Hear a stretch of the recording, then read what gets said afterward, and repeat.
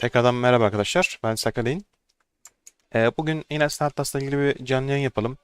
Hem biraz şu tur FPS dediğimiz tarafta hem yarış hem de training denemelerinde birkaç yeni giren haritamız var. Bunlara bakalım diye bir yayın yapmak istedim. Sormak istediği soru olan olursa sorabilir. Veya şu haritayı deneyelim, şu konu nedir diye her konuda yardımcı oluruz. Şimdi öncelikle geçiyorum oyuna.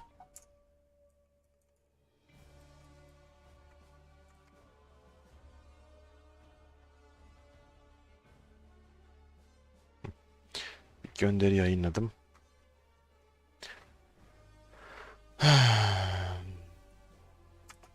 Yani Serap'ta son gelen güncellemeyle beraber oyun bayağı değişti. Çok ciddi anlamda değişti hem de. Yani yarış modları olsun, oyundaki optimizasyon olsun, kasma sorunları olsun birçok sorun giderildi. Ana ekran güncellendi, oyuna giriş ekranı falan güncellendi. Yani oynanış seviyesinde çok ciddi bir değişiklik oldu oyun üzerinde. Şimdi hepsine tek tek bakacağız.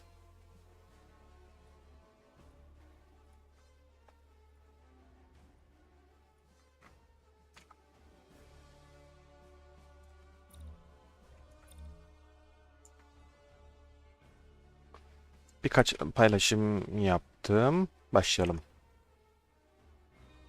Duyuruları da atalım.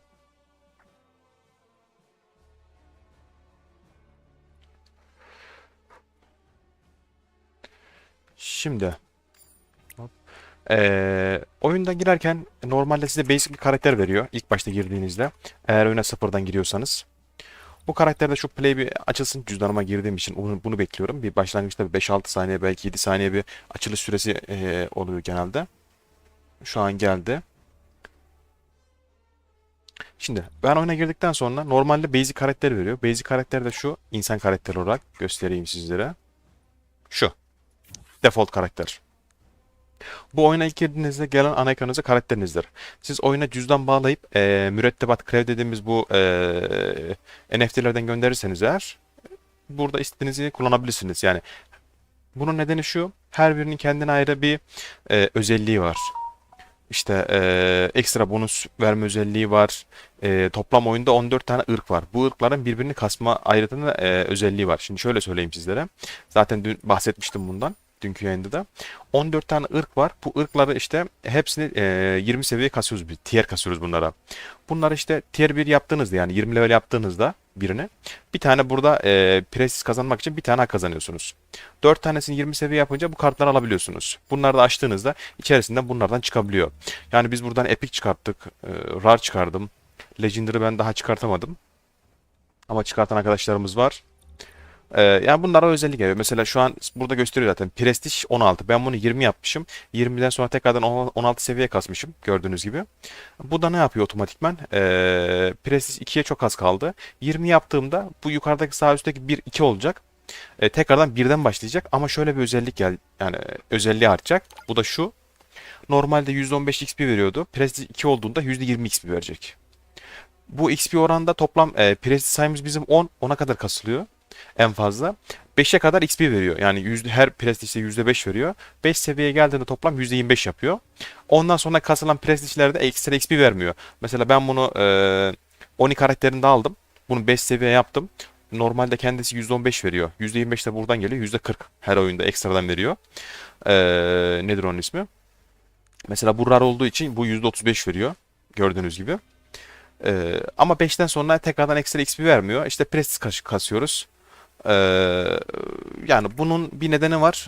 Çok kafanızı karıştırmayayım diye söylemedim ama anomali paket almak için işe yarıyor. Bunun nedeni de şu. 12 tane ırktaki diyor. Bunu almak biraz zor. Çok zor hatta. 12 tane ırktan diyor. Toplam level 10 yap diyor. Prestijini diyor. Ben de sana bu paketi veririm diyor. Bu da çok zor. Aşırı zor. Hani ondan dolayı çok fazla buna değinmek istemedim.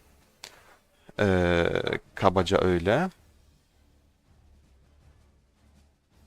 Şimdi yavaştan oyuna geçelim. Birkaç tane şu duyuruları paylaşayım. Bir şey paylaşıyorum.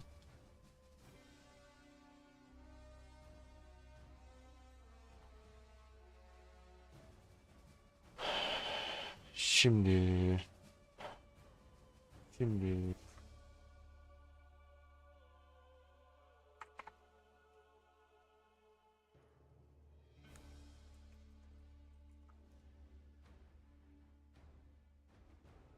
tamam.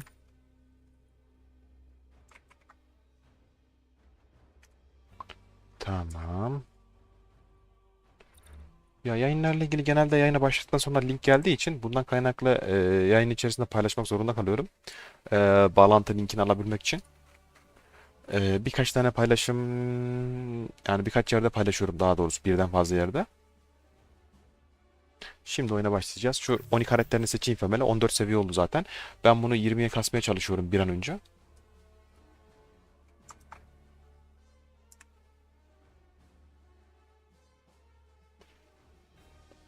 Şimdi şuradan da bir paylaşımımızı gönderdik mi tamamdır. Turkish.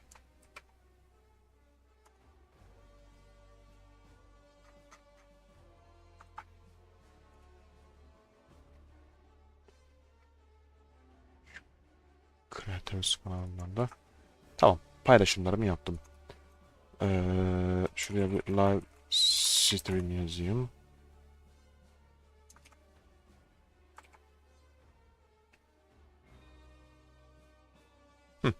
Şimdi normalde dün bir Galya moduna girdik. Single player moduna. Yani tek oyunculu moda.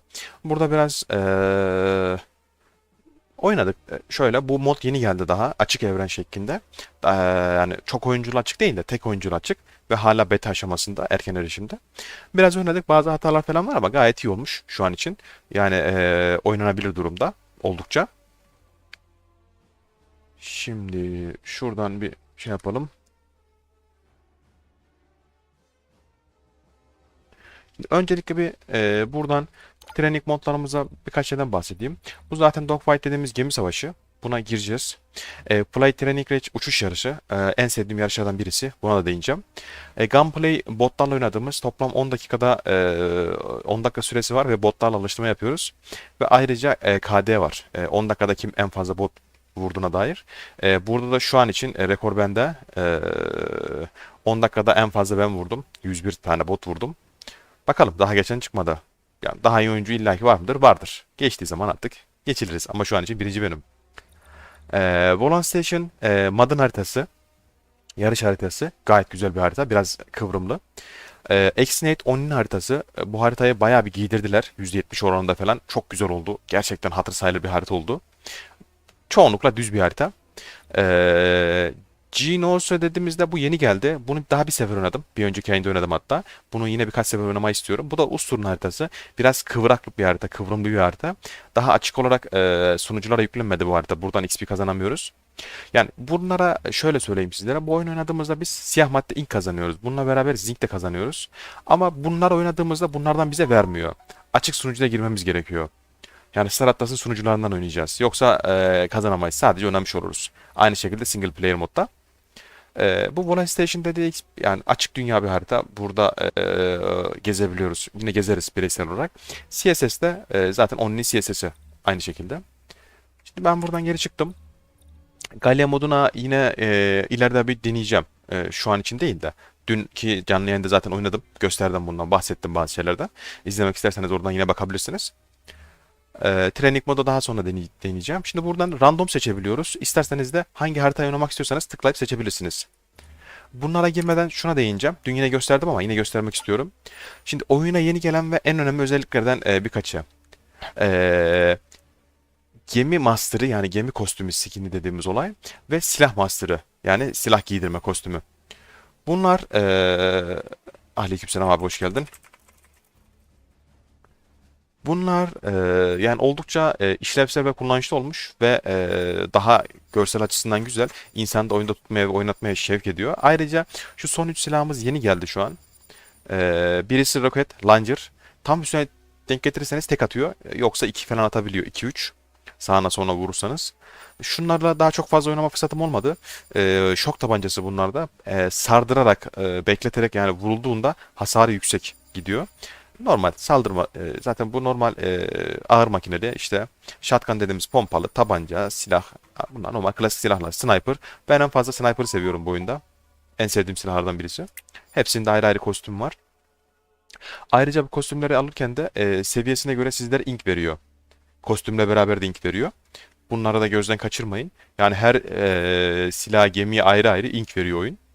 Bunları da airdrop yapılarak alabiliyorsunuz. Ben bir önceki airdropta toplam 6700 tane ink aldım. Bazıları 5000, bazıları 1000, bazıları 10.000, 20.000 alan var. Yani oynama sürenize göre değişir. Aktif bir oyuncusanız alırsınız. Bunları da markette satarak değerlendirebilirsiniz. Genel olarak bir değindik. Tamam. Şimdi oyunumuza girelim. Oyuna girerken dediğim gibi normalde girebilirsiniz. Cüzdan bağlayarak da girebilirsiniz. Cüzdan bağlayıp girdiğinizde profilinizi oluşturur. Bilginiz olsun. Ben şu an cüzdan bağlayarak girdim. Bunlarla ilgili de cüzdan bağlamak çok basit. Aslında kısa bir video çekeceğim daha sonra. Cüzdan nasıl bağlanır? Epic Games'ten nasıl indirilir? İndirdikten sonra oyuna girdiğimizde buraya cüzdana nasıl bağlıyoruz? Seçeneklerine falan. Create New dediğimizde buraya Phantom cüzdanı var. Bunun 12 hanelik güvenlik kodu var. Bunu girdiğinizde otomatikman giriyor buraya. Daha sonra onu bakarız. Şimdi girelim oyuna. Çok konuştuk. Bakalım hangi haritada kimler var? Kimle oynuyor? Çok fazla kişi yok. O normal. Volon Station'da 2 kişi var. Exinet'te bir, Gateway'de bir Gun Game. Şu Gun Game'de hazır biri varken şuraya bir girebiliriz aslında ya. Muhtemelen roket var. Birkaç adam öldürerek başlayalım.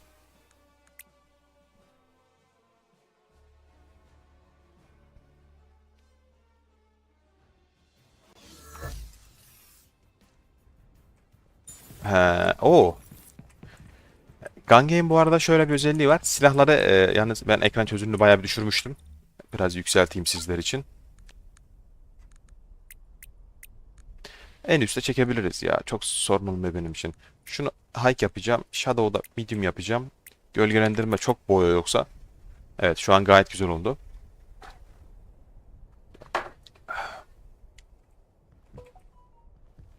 Tamam. Sesiye ben de geliyorum birazdan abi.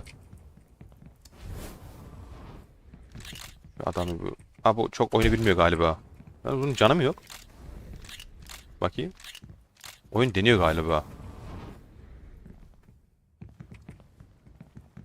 Sağa sola vurma kendini. Kaçtan vurmuyorum. Dur bakayım bir. Ne yapıyor acaba?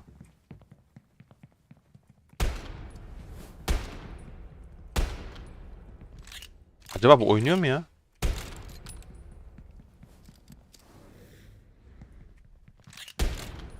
Değiyor mu? Değmiyor mu bakayım bir. Ha değiyormuş. Ha, şimdi Gun Game modumuzda şöyle. Normalde eskiden 2 adam vurduğumuzda silah değişiyordu. Artık bir adam vurduğumuzda silah değişiyor. Buna da güncelleme gelmiş. En zor silahtan başlayarak sırasıyla en basic yani tabanca daha sonra yumruğa geçiyor. Toplam 10 tane sıralaması var. Bundan sonra bitiyor. Yani ilk 10'a ulaşan kazanıyor oyunu bitiriyor. Bir arkadaş oynamıyor galiba. Bir şey mi deniyor anlamadım ben. Ha sıktı tamam. Sıkmasını bekliyordum. Hop enerjimiz bitti aşağı düştük.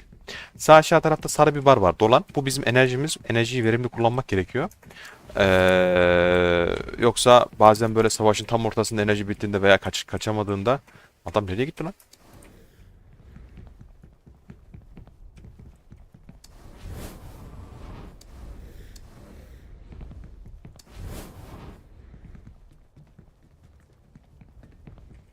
Bakalım bir. Sol alt tarafta harita var. Bunu şöyle söyleyeyim sizlere. Harita bu oyundaki en önemli şey. Yani yani Kant CS'de şey düşünebilirsiniz. Bundaki haritayı biraz daha sadeleştirilmiş duvardan görme düşünebilirsiniz. Sol taraftaki harita aşırı önemli bu oyunda. Adamları görmeye, onları takip etmeye yarıyor ve yaklaşan birini siz direkt görebilirsiniz mesela. Ben şu an sağa sola hiç bakmıyorum. Neden mesela? Hani direkt görünür bir şekilde. Çünkü sol alttaki harita bunu benim için fazlasıyla sağlıyor. Sadece gezmem yeterli. Haritadan adam gördüğümde zaten otomatikman göreceğim. Bak gördüm mesela şu an haritada adam önümde direkt. Hani arkamda olduğunu direkt anlayabildim.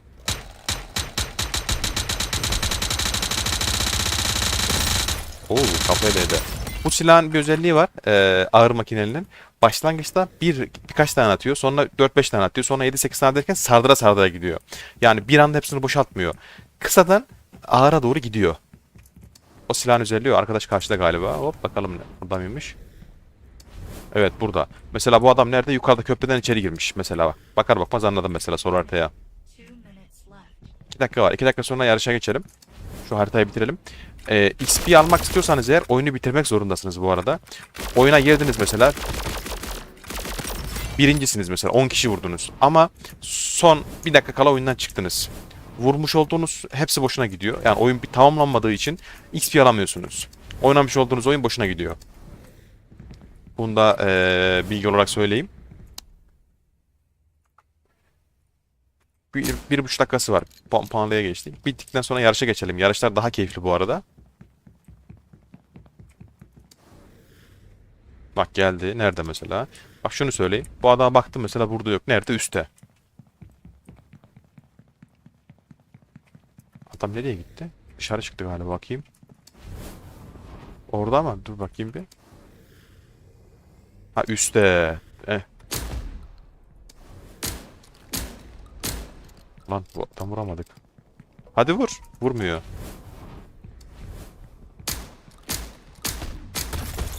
Pompalı bu arada çok güzel vuruyor. Denk getirdiğinizde hatır sayılır 2 vuruşla adam öldürüyor. Bu arada.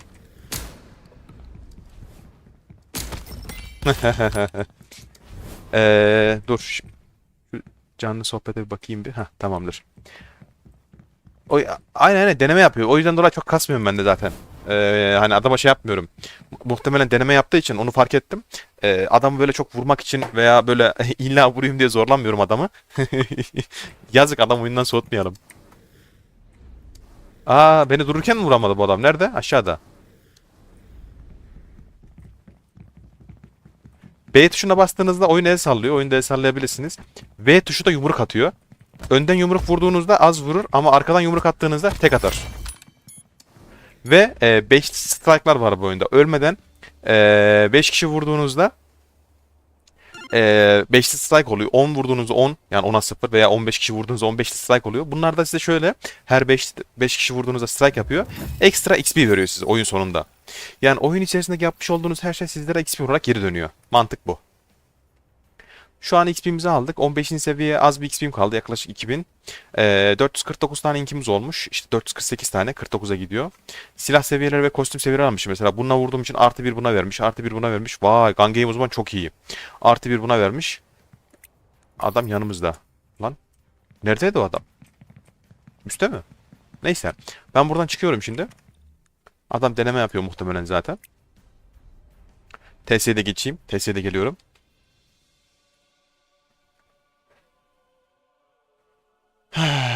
Şimdi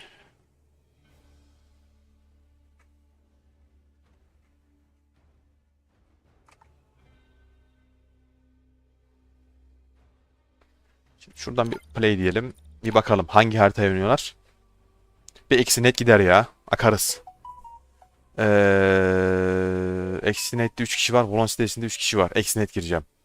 Buradan da gidebilirsiniz. Buradan random diyebilirsiniz de mesela. Size herhangi birini atar. İsterseniz derseniz ki ben sadece eksi net oynamak istiyorum. Buradan tıklarsınız. Birden fazla eksi net var mesela. Sizi herhangi birinde yerleştiriyor. Otomatikman oyun atıyor. Hangisini isterseniz. Hemen geldi şu anda. TS'yi de açıyorum bu arada.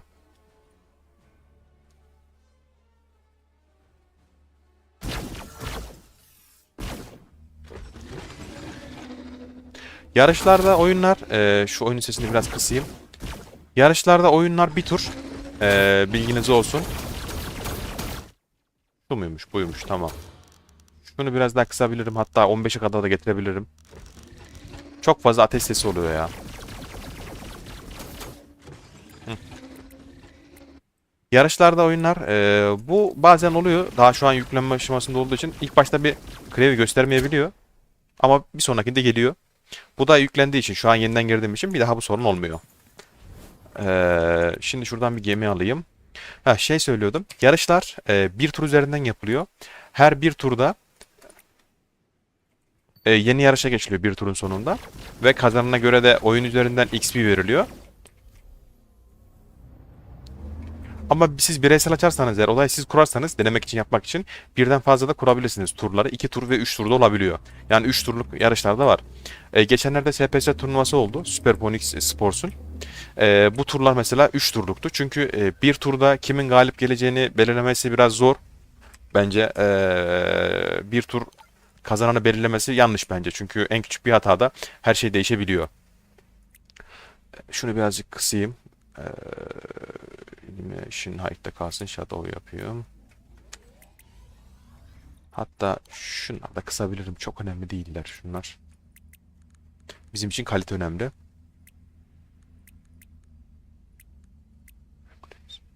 Şu refleksini komple kapatacağım ya. Heh, tamamdır. High, medium, disable, low. Kaydettim. Aynen. Şu an daha iyi oldu. Yayın ve kayıt aldığım için aynı anda bir de oyunla beraber fazla binebiliyor ekran kartına. Şimdi TS'mizi de açtık. TS'ye geldim.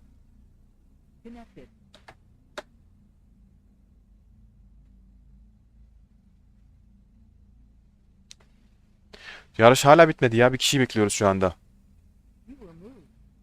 Hoş geldin. Hoş buldum abi. Ne yaptınız ya? Dur. Kontrol yapalım mı? Sizin sesinizi de yayına vereyim bir saniye. Heh, tamamdır. Sizlerin sesini de yayına verdim. Tamam, bir ses kontrol yapıyorum ben de.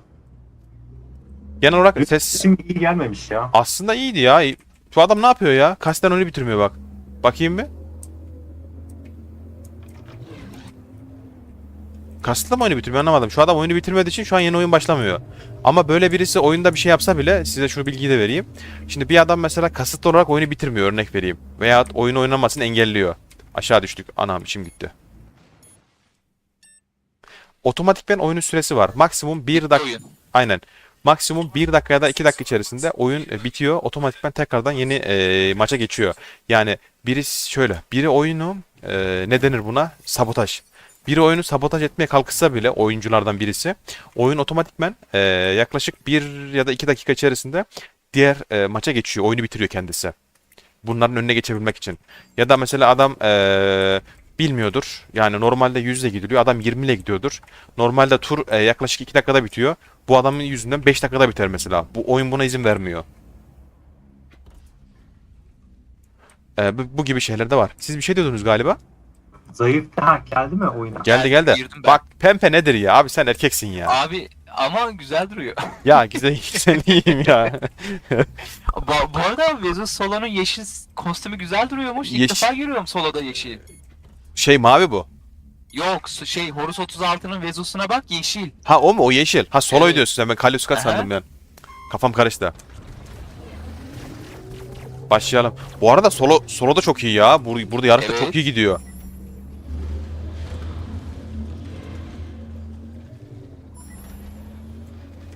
Bak ya, bak önde götürüyor ya. Pempe gemiyle önde gidiyor ya. Pempe pempe.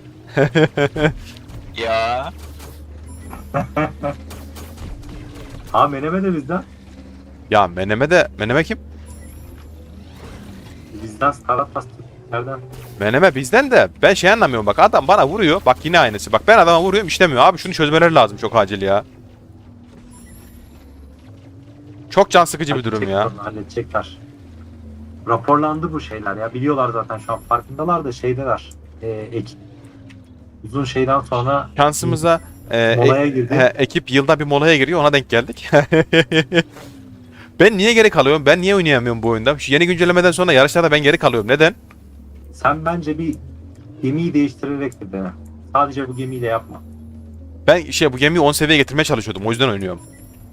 Ha okey. Ama şöyle bir şey var. Şu an canlı yayınlarda kullanırken her roundda gemiyi değiştirmekte fayda var. İnsanlara gemi göstermek için. Bu da mantıklı olabilir. Ya maksat burada şey.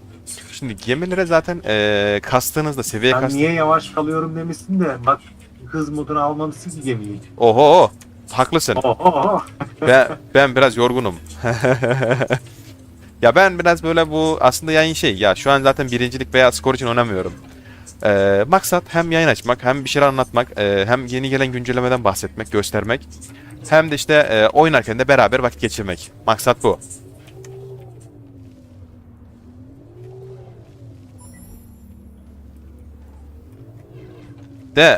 Dünkü yarışlarda çok iyiydi ya abi. Baksana yarışa girdik 6 kişi var oyunda ya. Çok iyi ya. Dün Aynen. 12 kişiyle yarıştık. 12 kişiyle. Maşallah. Kim kime durmuyor muydu? Abi efsaneydi dün. 12 kişi var ya zaten 4 kişi patlıyordu girişte. 12'nin 4'ünü ele. Dur 12'nin 4'ünü ilk başta çıkar. Bak o taktiği yapabilirsiniz ha. Oyunun ilk başında şey modunu alıp atak Zırh saldırı moduna. alıp, tamam mı? 2-3 tane sağlam vurduktan sonra hemen hız moduna geçebilirsiniz. Ya da zırh modunu alacaksın. Başka kurtuluşun yok. Ya da öndeysen evet zırh modunda olur. O da mantıklı ya. Bak mantıklıymış.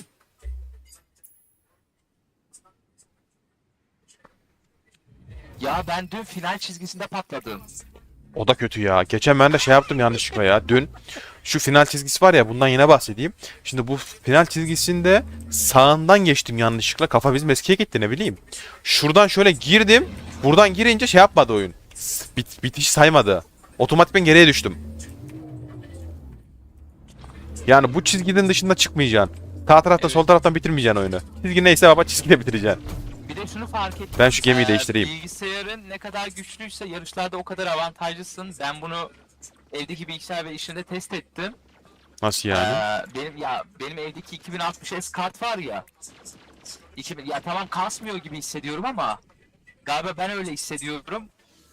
Ama 5080'lik kartla girince yağ gibi akıyorum. Öyle bir sıkıntı var. Bas bas bas bas bas bas bas.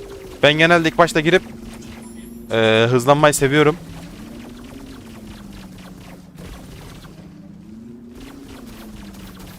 Hemen radar T'ye bastım şu an. Öndeki adama kilitlendim. Ama şu T gerçekten işe yarıyor ya. Ah bir de canına yandım. Date edeceğim diye. Aa adamı patlattım. Şansa bak.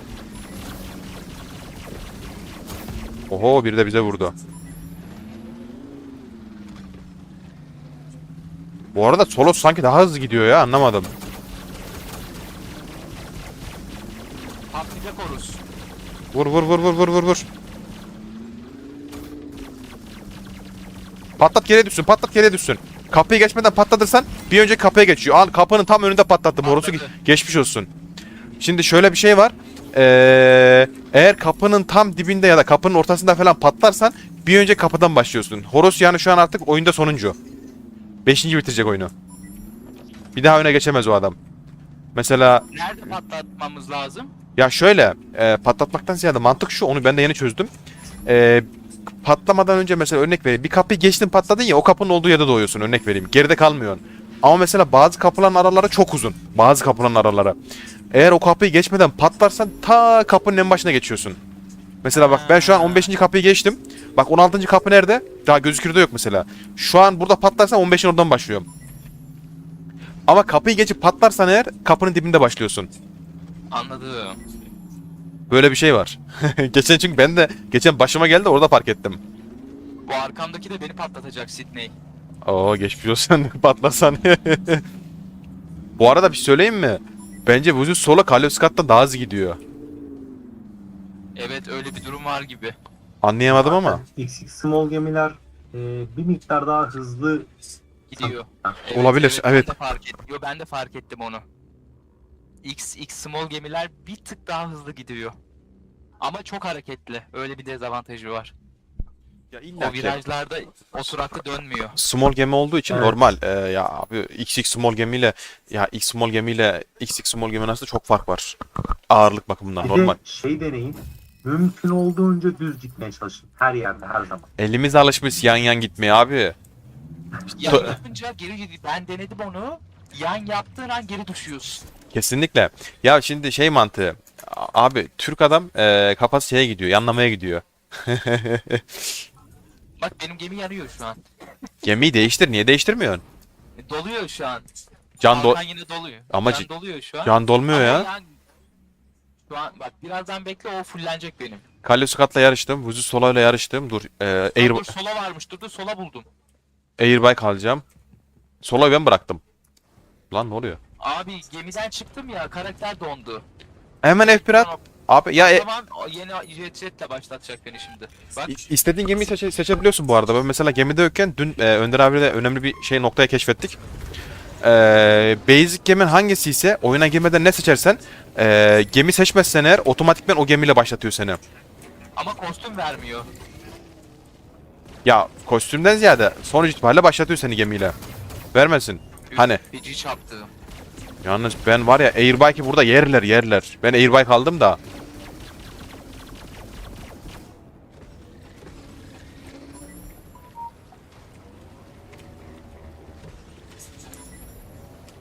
Disney oyun attı. Adam önümdeydi yok oldu. Allah Allah. Vallahi önümdeydi birden gitti yok oldu bak oyun atmış.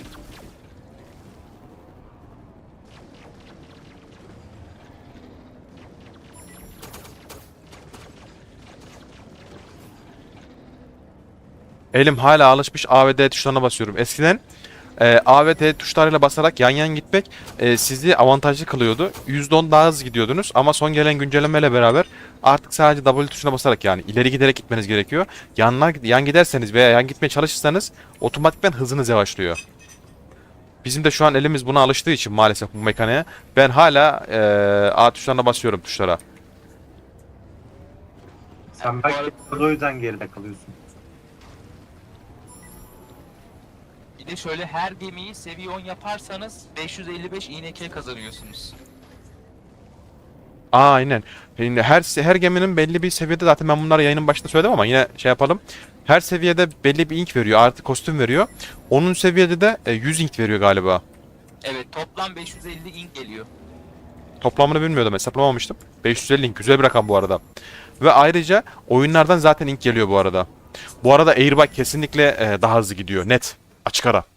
Bende de evet o kesin. İlk small'lar bir tık daha yavaş kalıyor. Teşekkür ederiz Çağlar. Hoş geldin. Yarışmaya devam ya. Durmak yok.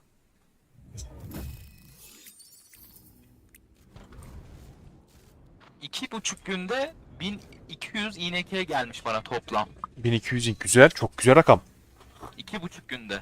Mesela Vallahi. bugün hiç girmedim ben. Bugün kassam belki de şu an 2000'e yaklaşmıştım ama kasmadım. 1200 mesela. 1200 çarpı bunu 15'ten desek. Benim hemen kafa Vallahi. hesaplamaya gidiyor benim. Vallahi yapacak bir şey yok.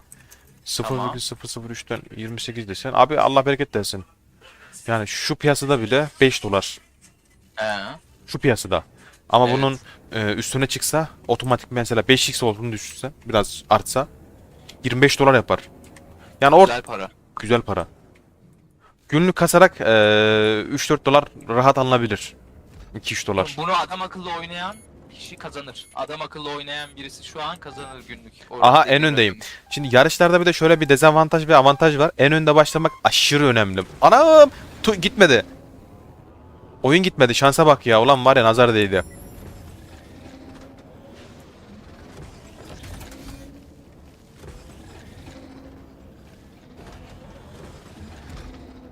Hop biri yukarıdan üstüme atladı. Dur bakayım. Ricky seni işaretleyeceğim Ricky. Hoppa. Aha. Dur. X-Small'lar beni geçiyor ya. Abi XP oynuyorsan X-Small oynayacaksın. Eğer ulan dur. Adamla çarpışa gidiyoruz. Çarpışan arabalar gibi aynı.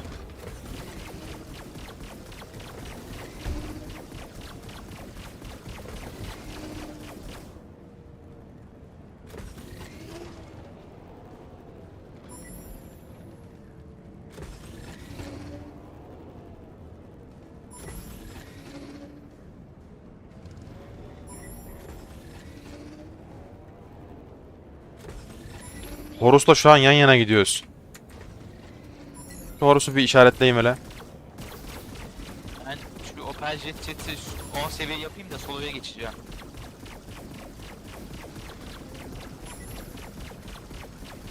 Bir de değerse inşallah. Şu an 9 seviye oldu benim Jet. Maşallah iyi kasmışsın bu arada. Evet.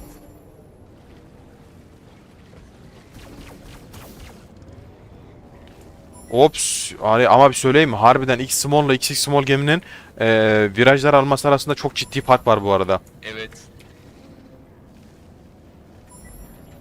şöyle bir farkı var. Uzun yolda yol dümdüzse X-Small uzuyor gidiyor.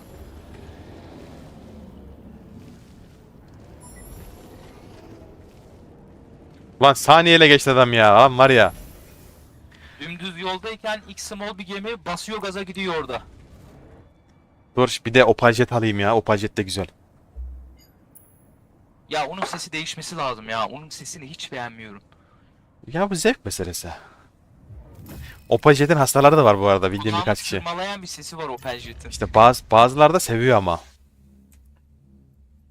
İkidir takılı kalıyor anlamadım da neyse respawn atalım bir daha. Ah. Şimdi alalım.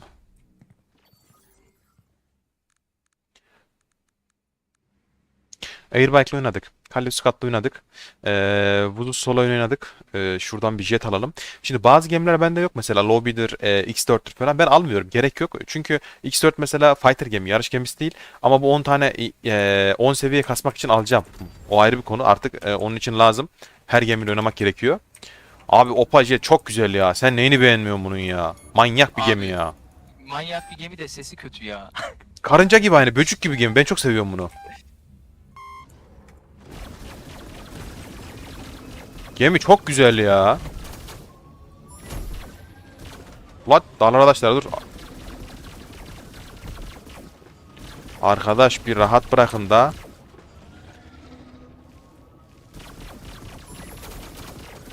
Arkadaki adam.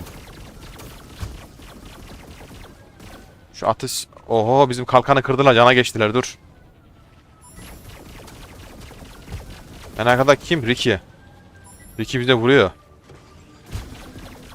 Canımızı yarıya indirdi. Vicdansız. Şuradan kaçalım.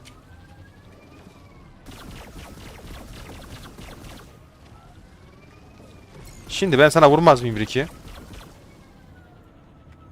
O feci tarıyor ya. Ben de Ricky'ye vuruyorum dur. Oh. Güzel kalkanı yarıya indirdim. Patlatmaz mıyım sen ama?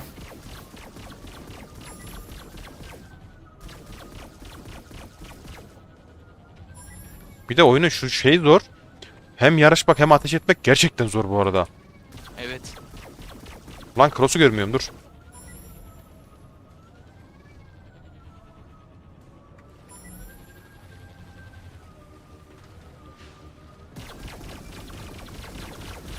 Patlat şu Ricky'yi ya. Vur ya. Önünde adam ya.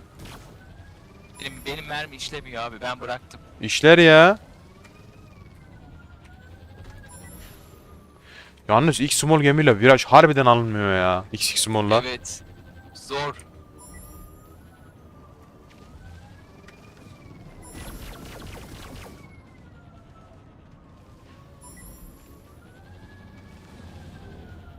Opel Jet o kadar güzel alıyor ki virajı.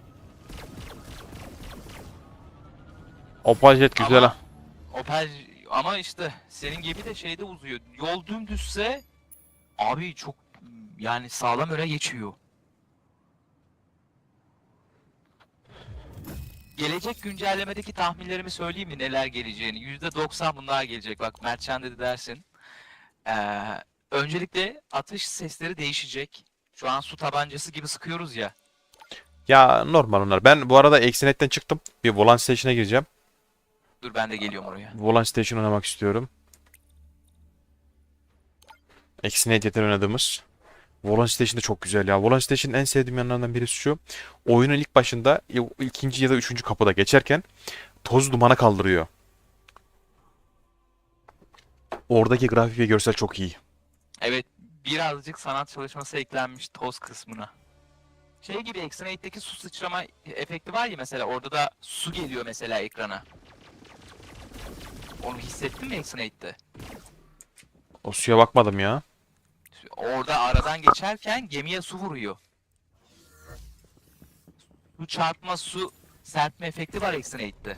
Hmm. Aa Miyan bak, Miyan bu haritayı sahiplendi ha. Kız hep bu haritada. Şeye geçmiyor X-Raid'e. Miyam kız mıymış? Kızmış.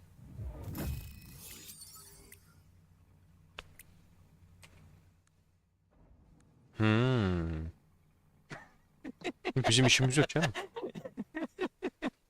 Şimdi buradan ne şey yapalım? Şu Opel Jet'le bir de ben oynayayım ya. Opel Jet'le. Hop. Bir turda bununla oynayalım.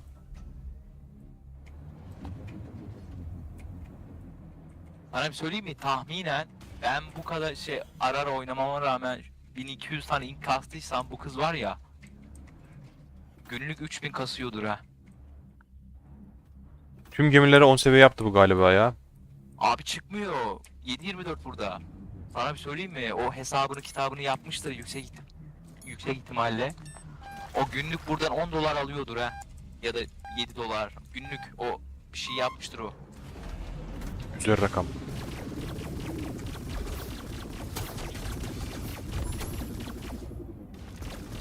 Ulan viraj alamadım.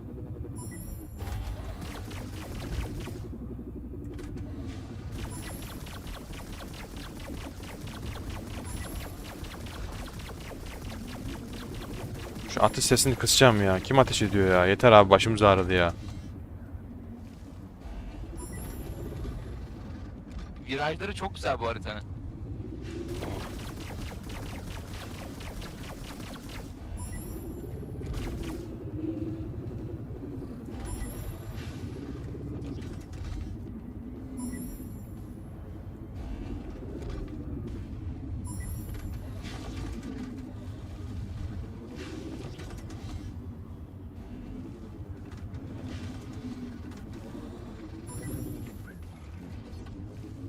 Yok abi ya. Calico Scott virajları çok güzel oluyor bu arada. Haberin olsun. Jet dönmüyor bile. Evet. Ha, kapıyı kaçırdık. Allah ben ne yapmasın.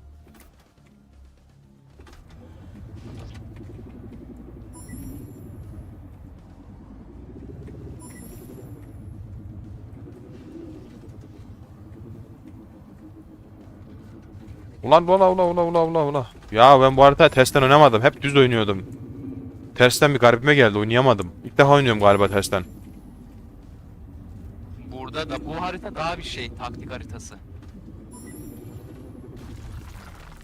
Senin kuyruğuna var ya.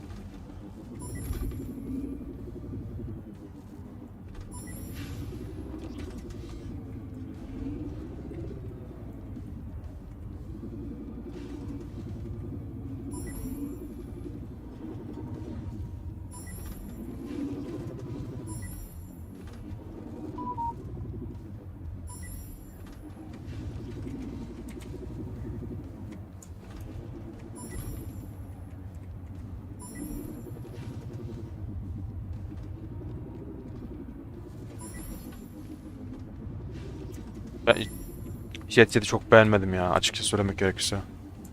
Jet işte X-Small'a göre biraz zayıf kalıyor abi hız konusunda. Bak onu direkt fark etmişsindir. Dümdüz yola geldiğin zaman o hız verimini alamıyorsun. Ama dönüşlerini ben bu geminin beğeniyorum. Bunda çok iyi dönüyorum.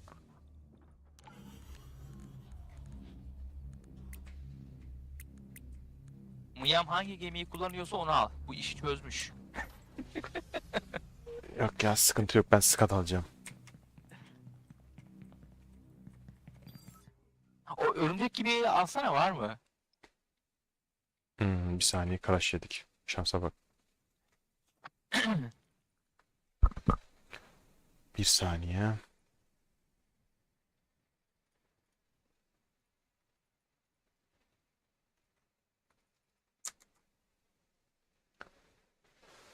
Vay arkadaş, bir dakika. Eskiden oyundan hiç atmıyordu ya. Güncellemeden sonra bir ara atmaya başladı sanki.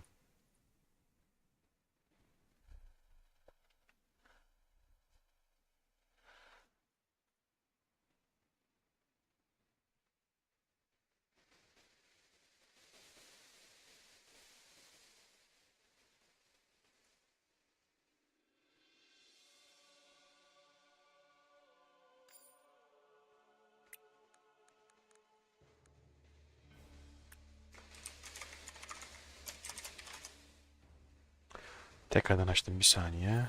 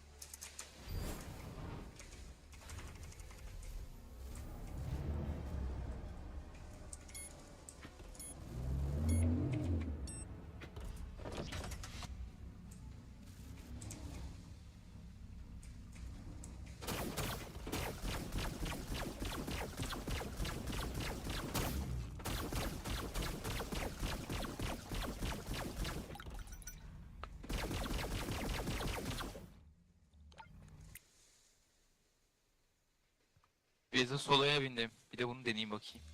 Solo güzel ya. Jet çok az kaldı. 10 olmasına çok az bir şey kaldı. Hemen buna geçeceğim. İyi oyun oynamışsın ya. Onun olmasına az Evet. kaldıysa. Ben işte çıktığı gibi bu yama geldi ya, güncelleme update. O gün bugündür oynuyorum hep. 10 oldu işte. Bir bugün girmedim. Sonra direkt şu soloya geçeceğim. Sonra şeye geçerim direkt. Lowba'ya.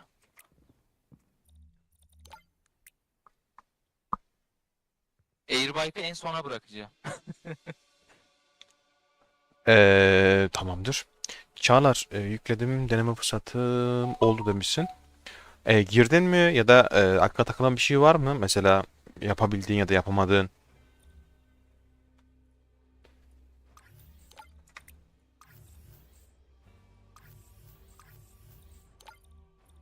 Oyun attı. Ben tamam.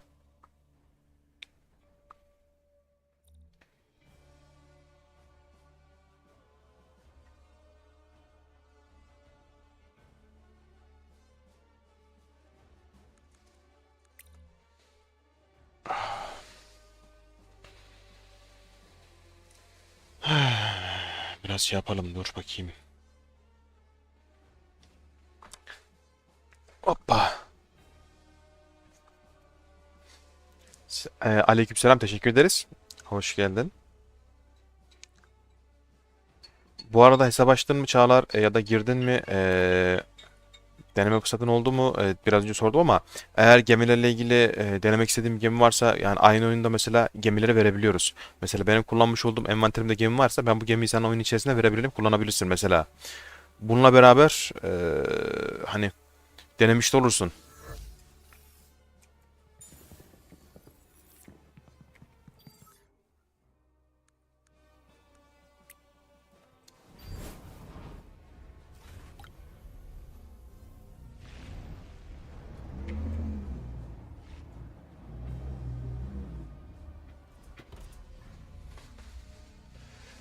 Evet, oynanışı normal şöyle. Grafikler gerçekten güzel. Hele ki güçlü bir bilgisayarın varsa ve ekran kalitesini en azından high'da oynarsan, hani en azından oldukça güzel bir grafik sunuyor sana.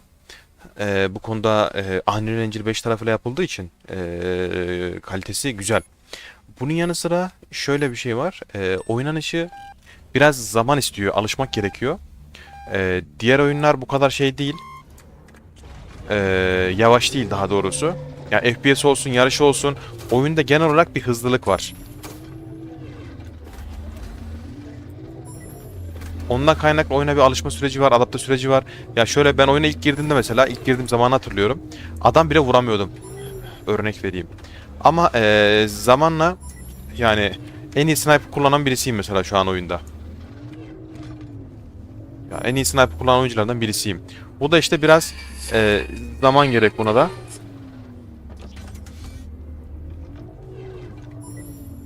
Bir saniye.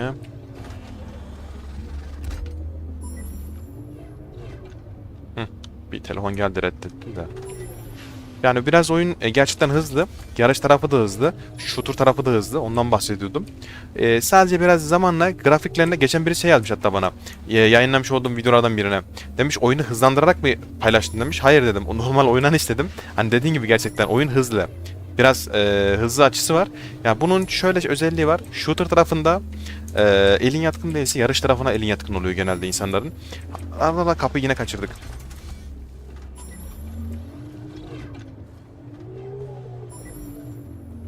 Bu haritayı niye sürekli testten oynuyoruz ya? Bu haritanın orijinal daha güzel, düz hali. Haritaları hem düz hem ters oynayabiliyorsunuz. Oyun kendisi veriyor otomatikman bunu. Bunu da genel olarak şeye dayalı veriyor. Bunun nedeni şu. Nedir onun ismi? Yani oyundaki spamı engellemek için, örnek vereyim. Birisi spam bota koyup sürekli makro yaparsa eğer, bunun biraz da önüne geçebilmek için çeşitli zamanlarda işte düz ve ters veriyor. Bunu engellemek için.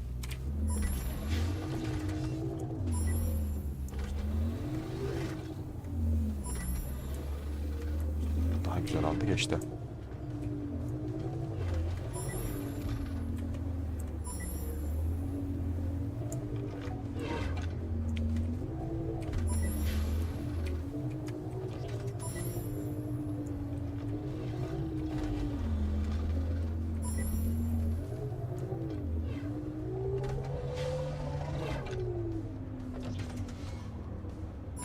bak burada X small geminin dezavantajını yaşadın. Sen orada X small gemi olsaydın beni geçmiştin. Aynen ya, normal. O bir de virajları iyi almak öyle alakalı bir şey sadece.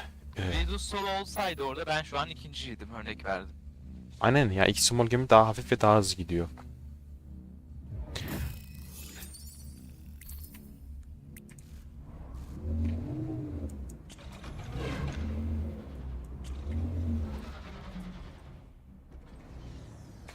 İşte biraz da şey lazım. Haritalara alışmak lazım. Yarış haritalarına alışmak lazım. FPS tarafındaki silah haritalarına alışmak lazım. Hani haritaları bildikten sonra biraz da sol altta harita takibi yaptıktan sonra oyun içerisinde daha çok nişan oyunlarında. Yani ondan sonrası zamanla oluyor. Biraz oynayışla alakalı. Kendiliğinden geliyor.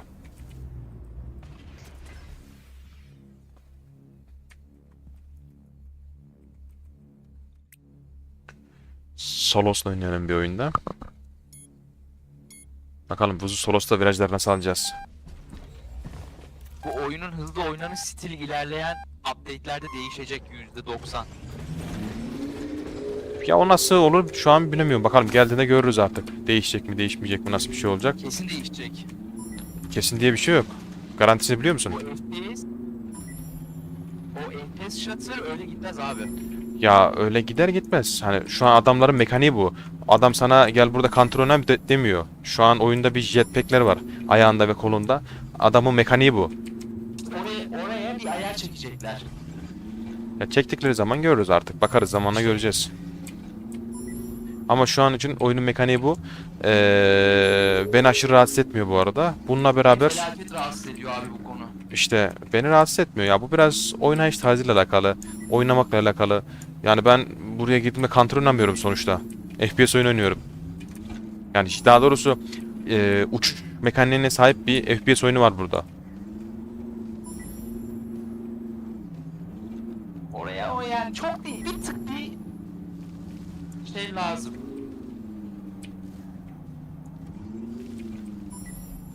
CS gibi çok yavaş olmasına gerek yok. Ama bir şey lazım. Yalnız var ya. Kaçırdık.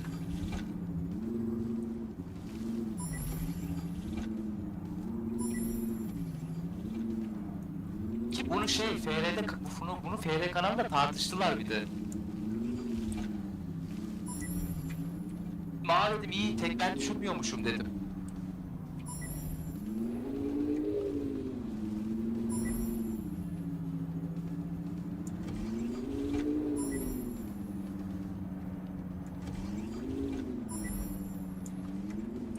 XX Small gemi gerçekten virajlara çok iyi alıyor ve hızlı gidiyor ya. Çok fark ediyor. Evet.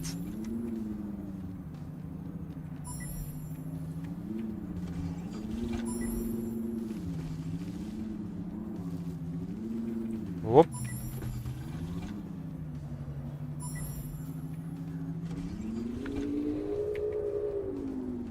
Yaklaşık 2.21'de bitirdik. 2.22. Bakalım ne demişsin Çağlar? Star Citizen'deki gibi çok detaylı gemiler yok sanırım, şu an için konuşuyorum. Evet. Ya şöyle aslında birden fazla gemi var. Bayağı bir gemi var ama hani daha şu an Unreal 5 tarafı tam oturmadığı için yarış modları olsun, savaş modları olsun kademe kademe yapılarak her güncellemede üzerine koyarak gidiyor. Ama ilerleyen zamanlarda çok büyük gemilerle daha da farklı savaşlarda olacak. Gemiler var. Hızlı kombat genç işi, evet, bu konuda katılıyorum, biraz genç işi hızlı kombat, çünkü dedim ya, bunu aslında biraz önce söylediğim konu şuydu. Yani şimdi eğer hızlı kombat için çok fazla elin alışık değilse, buna ayak uyduramazsan, yarış tarafı çok fazla şey değil, hani 30 yaş altı olacaksın diye bir kural kaydı yok yarış tarafında. Yarış tarafında yani biraz strateji ve dinamiklere hakim olduktan sonra en kötü ihtimalle ilk üçe her türlü girersin birçok yarışta.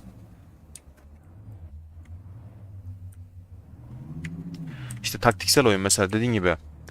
Ya mesela bu harita biraz daha dönemeçlere çok. Gemi seçimi önemli. Daha sonra amacıma nerede yavaşlayacaksın, nerede döneceksin, nerede turbo vereceksin. Gerçekten o kadar hassas şeyler var ki oyunda. Mesela başladığında ben yaklaşık viraja kadar nitro'yu sonuna kadar basıyorum mesela. Neredeyse. Daha sonra virajlarda mesela elimi çekiyorum gazdan hafiften. Çünkü virajlarda hata yapmamak için. Turboları genelde düzlüğe saklıyorum. Genelde çoğu zaman. Virajlarda turboyu kullanmak turboyu öldürüyor.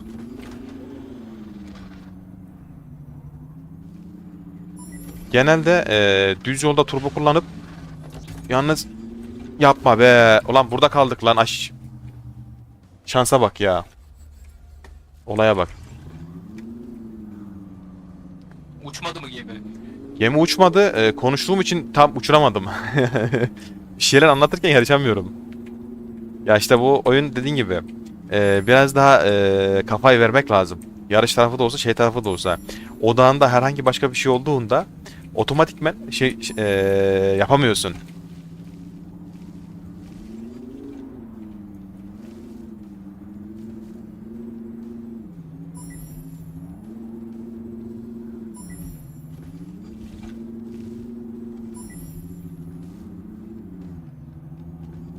Hop.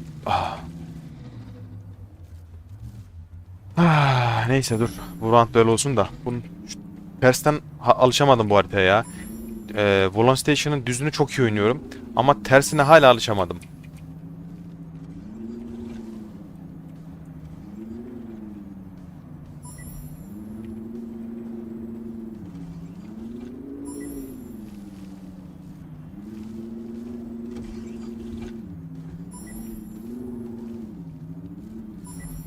Bak.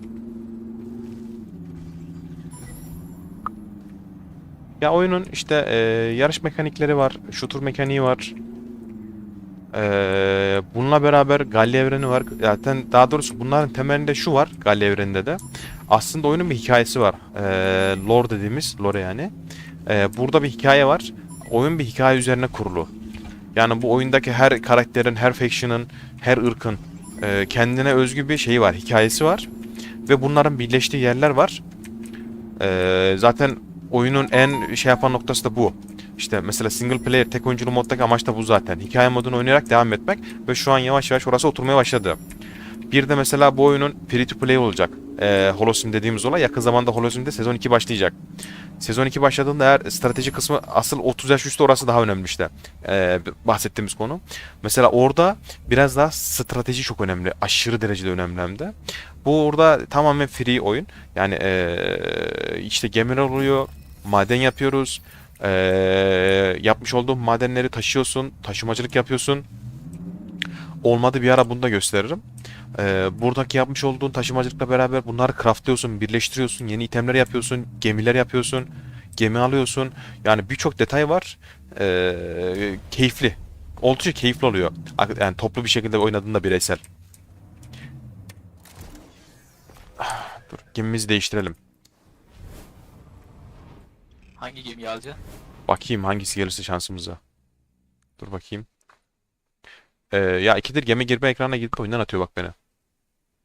Attı mı şu an? Aa bak sen attın mı yam geldi. Allah Allah çok ilginç. Bu Güncellemeden arada önce... beni de atacak galiba. Oyun maç başlamadı. Geri saydı başlamadı. Bak burada bir sıkıntı var. Sen girip çıkıyorsun. Girip çıkınca mı yapıyor Ha, acaba? yok çözdüm. Olayı çözdüm. Bence bu şeyden kaynaklı. Ben yeni çözdüm. Bu şu an bir hata muhtemelen şundan kaynaklı. Biraz önce biz oyunun içerisindeydik. Ama yarışı ben bitirdim değil mi? En son ben mi geldim? Şu an bilmiyorum ki.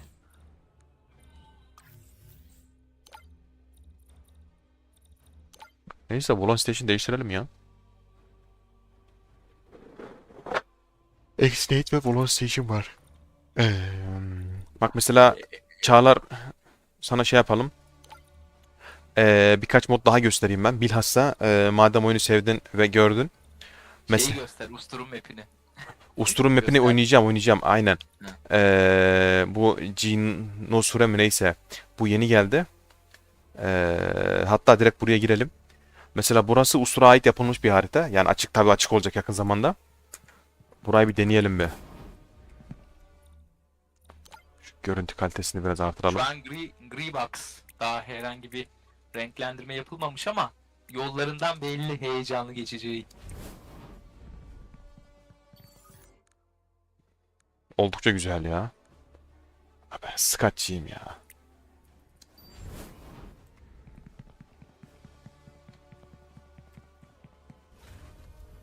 Bak flash'ta çok güzel duruyor ha. Flash ışığıyla. Kesinlikle bu arada. Aşırı güzel duruyor. Şimdi burada usulün haritasıyla bir tur atalım bir. Başlayalım. Daha bu ikinci oyunum benim burada. Şeye baksana pistin şu haritayı krokisini gördün mü? Kıvrımları. Aşırı kıvrımlı. O konuda kesinlikle ben baktım. Yani bayağı bir kıvrımlı. Bir de şeyleri çok tatlı ve güzel olmuş böyle. Yarışın düz gitmeyip de böyle sağlı sollu esneyerek gitmesi ayrı bir şey keyif vermiş. Yarışa. Evet şunun gibi mesela şu an karşındaki gibi. Kesinlikle. Ben şurada aşağıdan gitmek daha mantıklı galiba. He, yukarısı biraz daha şekil şükül yapıyor.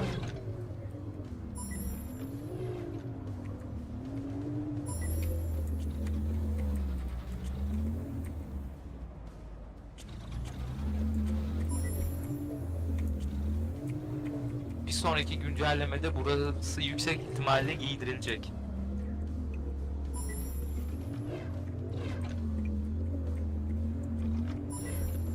Hoppa aşağı düştük. Ulan ilk defa düştüm aşağı. Peki respawn nasıl atacağız? Dur bakayım bir. Komple aşağı düşün de öleyim bari ya. F1 olmuyor mu? F1 denemedim de komple aşağı düştüm ya. İntihar ettim.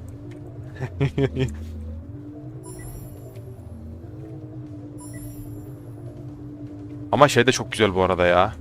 Şu göstergeyi ekrana getirdiler ya. Normalde böyle değildi eskiden gösterge. Hiç beğenmiyordum çok kötüydü. Şu an var ya ekrana getirdiler ya ayrı bir şeyi var. Havası var. Bu bile hala şey yani. Kabul edilebilir seviye değil. Öncekine nazaran çok çok daha iyi. Dur at Çağlar buradayken şey yapacağım. Bundan ziyade gireyim de bak biraz FPS oynayalım. Göstereyim sana bir. Ama FPS oynarken hangi karakteri seçmekte fayda var? Bakayım bir. Şimdi her karakterin farklı bir özelliği var. Oni alsak mı ki ya? Oni hızlı mesela bu karakter. Ama kırılgan. Bu kırılganlığı da ben şuradan tamamlıyorum. Bobby kısmında tank Bobby var. Tank ship. Yani kalkanını daha da fazla kullanıyorum. Bu şekilde biraz kırılganlığını giderebiliyorum. Yoksa daha çok kırılgan oluyor. Ustur mesela canı Ya çok jet, ama yavaş. jetsetlerde peki Muhammed jetsetlerde nasıl oluyor bu olay? Hangisi daha hızlı, hangisi eee, daha oturaklı? Sen hangisini kullanıyorsun? Vallahi ben Calico Scud kullanıyorum. Yok şeyde o şey var ya ayaklarından çıkan Kraven. Ha Jet'i mi diyorsun? Pardon. Aha. Kraven dur. Onda da ben şunu kullanıyorum. Onu da söyleyeyim. Ayakta da şu. Sprint Solace. Bunların hepsinin ayrı bir özelliği var. Şimdi en altta şey Evet. yazıyor fark ettiyseniz. En altta yazan. Faster Sprint. Faster Sprint aynen bu zaten önemli nokta bu. Yani hepsinin ayrı bir özelliği var. Bana en mantıklı gelen bu oldu. Bir de herkesin oyun stiline göre biraz da bu değişik bir şey. Ben buradan tank aldım. Buradan Faster Speed aldım. Buradan da Echo aldım. Çünkü enerjiyi çabuk bitmesin diye. Bu sarı bardaki. Yani hepsinin bir şeyi var. Bir de şu. Oynanış stilinize göre daha çok bunu özelleştirebilirsiniz. Ben kendi oynadığım stile göre bunları seçtim. Ben biraz uzaktan oynuyorum daha çok. Yani yakından da giriyorum da ben uzaktan çatışma bana daha çok hitap ediyor. Öyle söyleyeyim. Şimdi botlarla bir girelim hatta dur. Bak.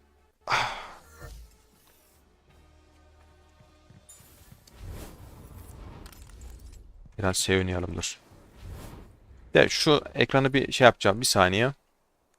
Grafik ayarlamasını yapmam lazım. Çok şey. Ben bu şekilde göremiyorum, vuramıyorum. Bir dakika. Çok kaliteli oynamak da güzel olmuyor. Shadow'u düşür. Elimi- Şunu kalsın. Şunları bir çekelim bir. Şunlar high'ta kalsa yeter. Evet bak şu an cam gibi oldu ekran. Ne kadar güzel. Ya abi mesele kaliteli oynamak değil. Mesele görmek. Yalnız tekrardan bir çıkır yapacağım. Süremiz geri saydı çünkü 9 dakika kaldı. 1 dakika 1 dakikadır. Ben burada 101 kişi vurdum 10 dakikada. Yaklaşık her dakikada 10 adam yapar bu ortalama. Yani var ya, vurmak harbi zor. Şimdi normalde başladığımda direkt karşıya gidiyordum. Aynen, hepsi burada.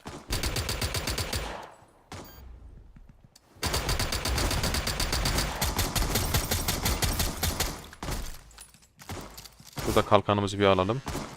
Burada şöyle bir önemli nokta var. Şimdi her silahın bu oyunun genel mantığı şu, yöntemi şu. Silahların hiçbirini biz satın almıyoruz. Hepsini yerden alıyoruz. Tabanca olsun, silah olsun, kalkan, can, her şey yerde. Eee Biri aşağıda mı? Değil. Lan ne vurdum be? Öldük lan. Bir can alayım şuradan, dur. Burada can var. Hop. Vicdansız. Şimdi niye mesela çok çabuk öldüm? Karakter kırılgan, ondan kaynaklı. Gel bakayım. O da gitti. Şunların üstünde Dur, daha can. mı dayanıklı? Ustur daha dayanıklı ama daha yavaş. Ama Oni de işte hızlı. Ya hepsinin ayrı bir özelliği var. Yalnız ben can aldım. Basmadı, bir dakika. Yine basmadı. Şu şeyi kullanacağım da. Ha, anladım. Bunu değiştirmişler galiba. Dur bir dakika bir. Yerden canı aldım. E'ye geldi bak, dur. Şu an basıyor bak. Bak bastığımda ekrana geliyor bak. Mermi değiştirir gibi. Basıyorum şu anda. Evet. Kalkanı doldurdu. Canı nasıl geçeceğim? Dur bakayım. Bu yeni gelmiş. Bak bunu ben de bilmiyordum. Yani yeni geldi daha doğrusu da nasıl kullandığını bilmiyordum. Dur, canı bir alayım bir dakika, dur bakayım bir. Aldım.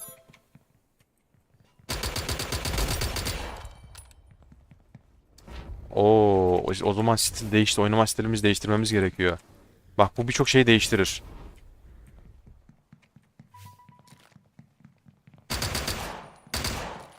Lan ota bak. Hani şöyle bir sıkıntı var. Bak şu an mesela gitti, kalkan basıyorum. Bastım. Kalkan doldu. Cana geçti. Şimdi can basıyorum. Canımızı doldurdu. Bir de canı full doldurmuyor. Oho, bayağı değiştirmişler bunu. Eskiden böyle değildi. Eskiden bayağı bir stratejik yapmışlar. Can ve kalkan yerdeydi. Aldığında direkt dolduruyordu. Şu an direkt doldurmuyor. Şimdi biz kendimiz basıyoruz.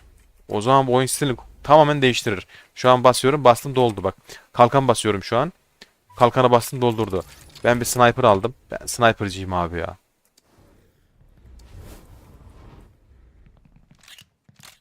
Bak sol alttan baktım. Bot karşımda.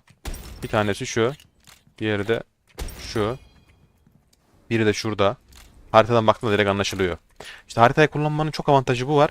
Bu oyunda size harita birçok şeyi öğretir. Yani oğlum,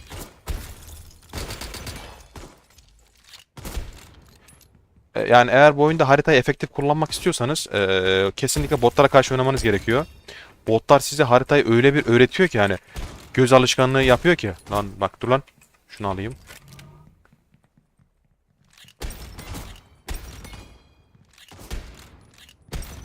O da gitti. Karşıda bir tane. O da gitti.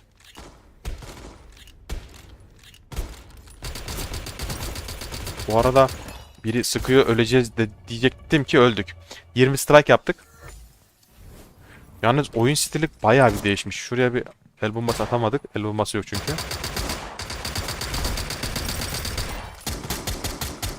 Bir de şöyle bir taktik vereyim size. Bu oyunun mantığı şu. Şimdi ben bu silah kullandım mesela. Mermisi bitti. Direkt silah değiştirmenizde aşırı fayda var. Bak şu an mesela kullanıyorum. Mermi bitti. Direkt tabancaya geçtim. Üçüncü bir silah varsa üçüncü bir silah da geçin. Hani mermi değiştirmekle uğraşmayın. Oyunun mantığı bu zaten. Küçük bir ayar yapacağım. Sensitivity ile ilgili bir şeyi bozmuşum ben galiba. Şu çok hızlı. Şunu bir düşüreyim. Şunu artırayım. Şu an daha iyi. Bak, hemen baktım mesela. Bak bir tane bot geliyor şu an. Çıkmak mantıksız mesela. Mermimi değiştirdim, çıktım. Öl lan. Ben şeyi tam anlayamadım. Biz şimdi bu şeyleri nasıl değiştireceğiz, ona bakacağım. Bak mesela silahın mermisi bitti. Direkt tabancaya geçtim. Tabancaya geçtim. Anam bot yanımıza doğdu. Şansa bak. Öldük. Yanımıza doğdular.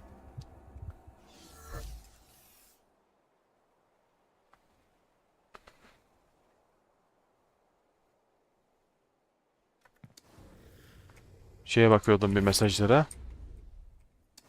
Sniper'ımız nerede? Abi sniper silah ya. Gerisi boş ya. Burada bir bot var. Nerede? Aşağıda. Bak sen. Bize sıkıyor. Burada bir bot doğdu. O da gitti. Sniper'la biz adam vuralım. Burada bot geliyor.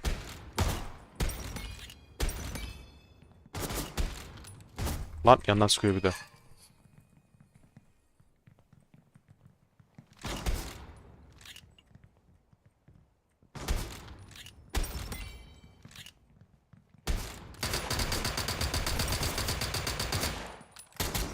Bu da gitti. Yalnız arkamızda bot var birden fazla.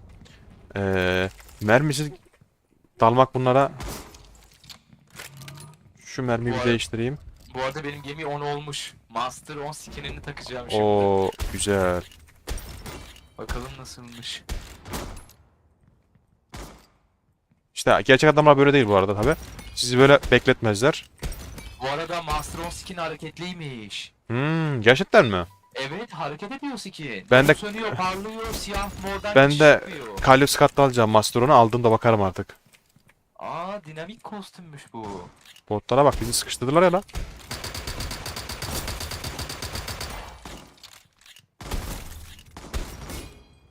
Dinamik gelse diye Önder'e söylüyordum, dinamikmiş bu. Güzel. Şu varan bir. Şu gitti. Buna da bir tane vurduk. Bu da gitti. Lan mermi yokmuş. Öleceğiz dur. Oo bir de yandan sıkıyor. Sen kimsin lan? Bu da gitti. Şurada biri var. Bu da gitti. Bu da gitti.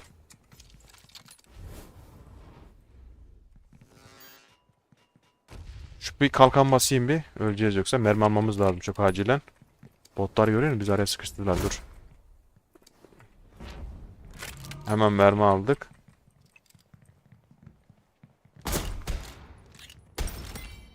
Şu gitti.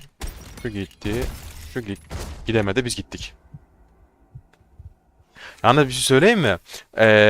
Ben bu şeyi hala çözemedim. Botlar kolay değil ama. Neydi onun ismi? Bu E'deki bomba kalkan canı neyle değiştiriyoruz?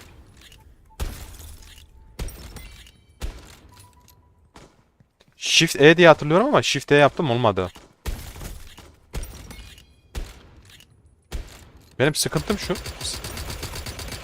Genelde sniper'la kafaya vurmaya çalıştığım için ıskalama şansım oluyor.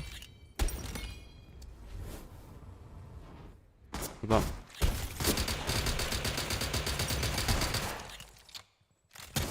Lan oğlum. Arada kaldık, arada kaldık. Ölmek istemiyorum.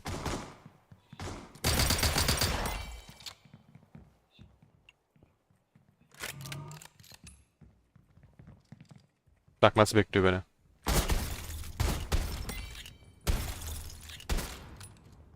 Biri de yandan sıkıyor. Dur bakayım. Vurdu. Shift E denmişti aynen. Ben de Shift E diye hatırlıyorum. Şimdi mesela şu canı aldım mesela.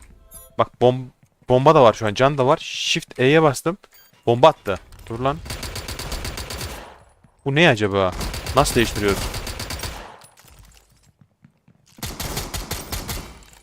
Bir de şöyle bir şey var. Mesela Çağla şey göstereyim sana. Şu an tabii eğlencesini oynuyoruz biz de.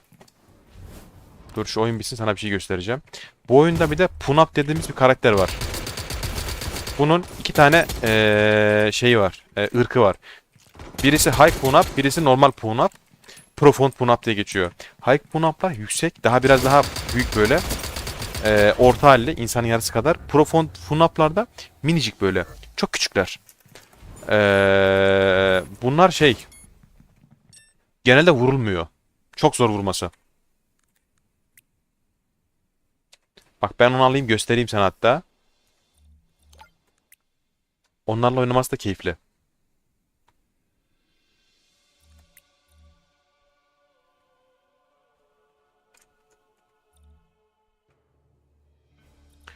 Şimdi bir dakika. Önce bir an ekrana girelim. Şuradan envanter diyelim. Şunu bir remove edelim. Şu Profond Punap. Bir de bunun High Punap var. Şunlar. Mesela High Punap daha büyük. Profond Punap küçük bu da. Bu erkeği. Şu muydu? Aynen bu da erkek. Bunun bir de kadını vardı. Seçtim. Bak minicik. Bir de bunun daha küçüğü var yalnız. Bir dakika. Şu. Şu işte. Ha buldum. Bu daha da küçük bu arada. Bak minicik. Şimdi bunu seçtim. Play dedim. Bak şimdi botlara bak. Bununla girdiğinde botlar sana şey yapamıyor. Vuramıyor, bir afallıyor. Bak minicik duruyor. Biraz önce daha hızlı gidiyorduk fark ettiyseniz. Şimdi daha yavaşım. Niye? Elimde şeyim yok. Vay bir şey söyleyeyim mi? Oha delik deşik ettiler bizi. Güncelleme getirmişler buna. Abo vurdular. Kesinlikle o etli ekmek de bir şey söyleyeyim mi? Oyuna güncelleme getirmişler. Eskiden botlar bunlar vuramıyordu. Harcadılar bizi.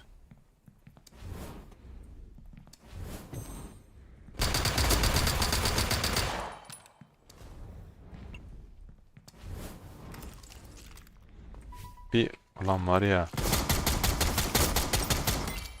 Bu da gitti. Buna bir kapat. Aha bomba attı. Bak sen şu bota.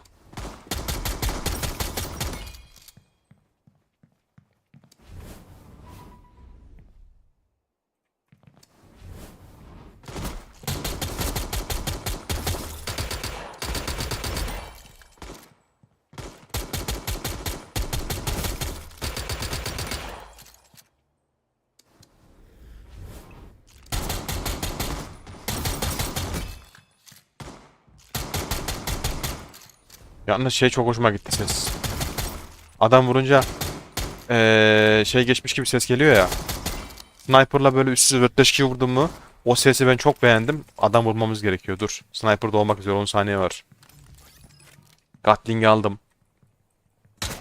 Bak sardırıyorum. Allahu Ekber dedik bakalım. Şu 1.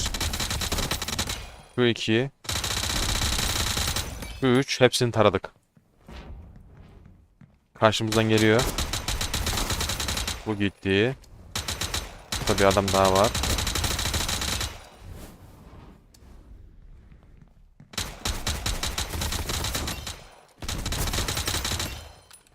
Takır takır takır takır yemin ediyorum. Bak, sardırarak vuruyor. Önce biraz bekliyor. Yalnız var ya botları manyak ettik. Güzelmiş ha bak. Botu gördüm. Vurmaya başladım çünkü sardırıyor. Başlangıçta ana mermi bitti. Vurdular. Ben bir sniper alayım. Sniper'ımız doğdu dur. Bir de bundan sniper'ın boyu bundan büyük bu arada. Eline hiç yakışmıyor bu karakterin. Şuna bak. Kocaman.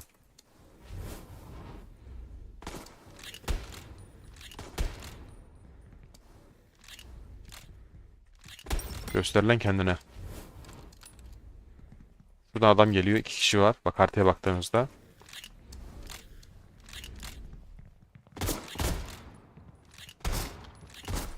Şöyle bir şey var. Onu söyleyeceğim de bir dakika. Biri de sağdan sıkıyor yalnız.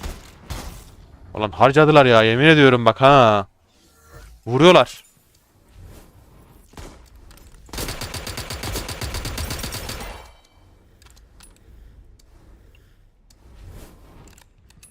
Şuradan 2 tane geliyor. Bir tane de arkamızdan sıkıyor geliyor bak. Haritaya baktığınızda yaklaştı. Bir tane de burada. Hemen şurada. Bir de solunda var.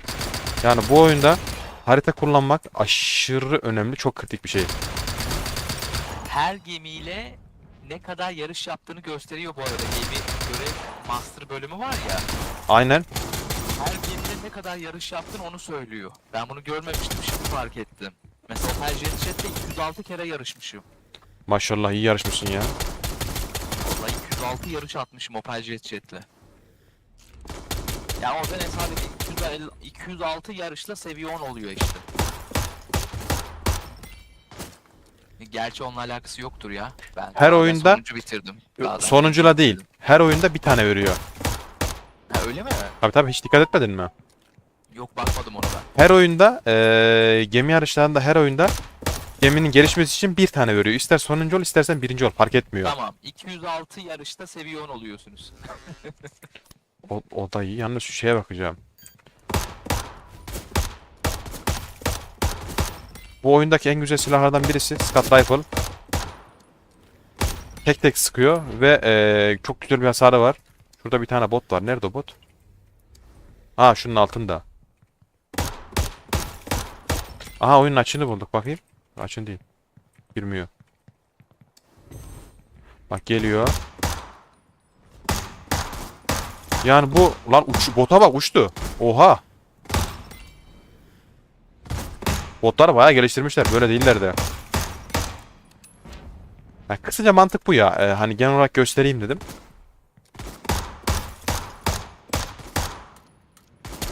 Silahların oynanış dinamiği. Hani her silahın farklı bir dinamiği var. Hepsinin farklı bir oynayışı var. Yani herkesin farklı stil olabilir. Kimi mesela yakından daha güzel oynuyordur. Ben yakından daha çok güzel oynamıyorum. Benim daha çok oynama stilim uzaktan. Mesela bir sniper daha alalım. Bu arada herhangi bir yere takıldığınızda ya da bir bug'a falan veya farklı bir şey denk geldiğinizde F1 atarak respawn atabilirsiniz. Bunu da şuradan görebilirsiniz nereden bakacağınıza. SC'ye bastığınızda bak F1 respawn diye yazıyor burada. Yani oyunda F1 komutu yeniden başlamaya yarıyor. Biz şundan bir hop. Bu gitti. Şunu vurduk. Geliyorlar dur geliyorlar. Mermi değiştirmemiz lazım. Oha! Bomba attı. Burada biri daha var ama mermimiz yok. Dur. O da gitti. Şurada bir bot daha var. Nerede o? Göster kendini.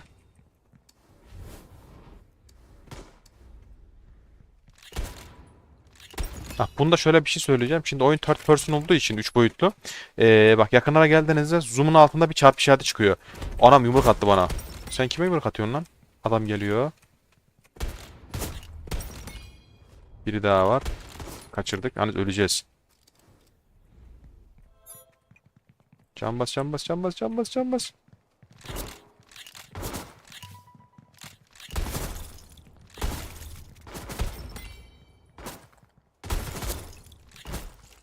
Sıkıştık. Ha dur. Mermi yok bir şey yok. Vurdular. Sıkıştırdılar. Vallahi köşeye sıkıştırdılar. Bir de şey göstereyim. Bak düz vuruş yumruk vuruyor. 1, 2, 3, 4. Tabi o bize vurdu. Şimdi yumruğun şöyle bir özelliği var. Önden vurduğunuzda 5 seferde falan öldürüyor. Ama arkadan attığınızda ne olursa olsun kim olursa olsun yumruk tek atıyor. Durun lan buna kadar kalabalık. Bir arkalarına gelemedik ki. Bir tane arkadan yumruk atalım da bundan çıkalım yeterli. Oğlum bir dur dur. Aşağı atladı. Biz buna arkadan yumruğu nasıl atacağız? Kafamıza vurdular.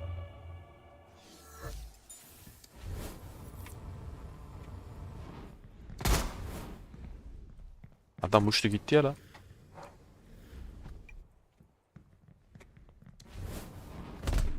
Bak o bir de yumruk atıyor. Yap. Neyse yeter. En iyisi arkadan yumruk atamayacağız. Göremeyeceğiz. Ana menüye çıkalım.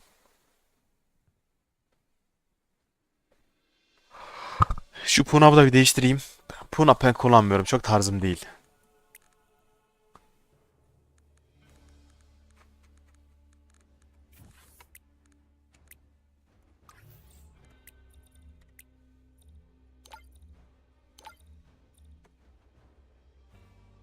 En güzel modlardan ve en sevdiğim modlardan birisi uçuş modu. Abi çok güzel ya.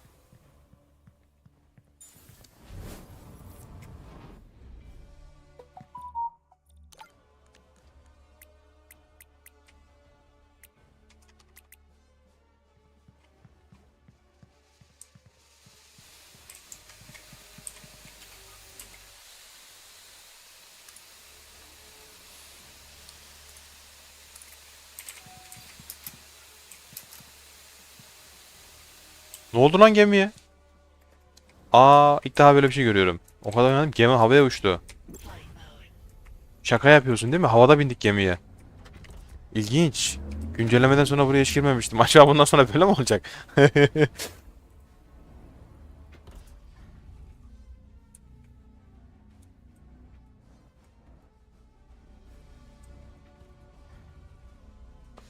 Havada bindik resmen ya gemiye.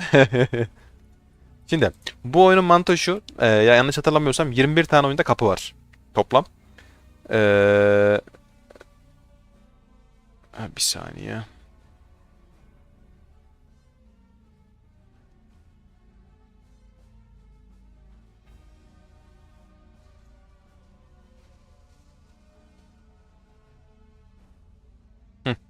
Oyunda toplam 21 tane kapı var ve bu kapılardan geçmemiz gerekiyor.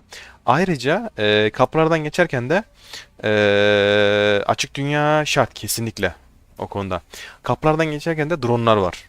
Bu dronları vurduğunuzda her bir drone başına -1 saniye veriyor.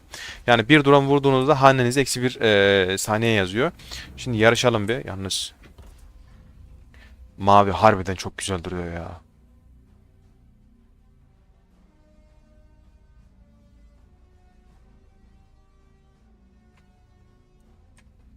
Şimdi başlayalım.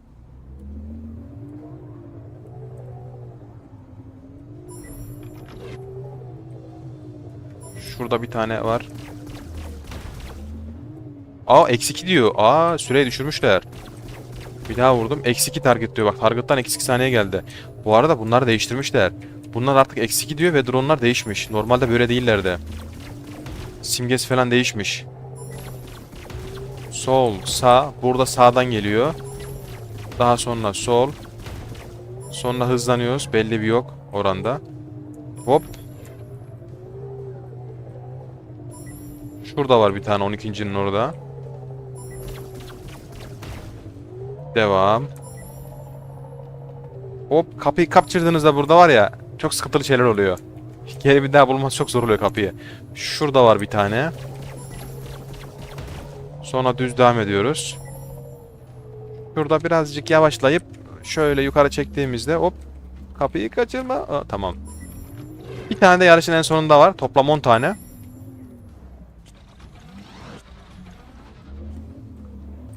Bir de şuradan geçiyoruz. Bir de buradan geçiyoruz. Hop. Yalnız şuradakini... Ya normalde burada biraz daha... biraz mekaniği değişmiş.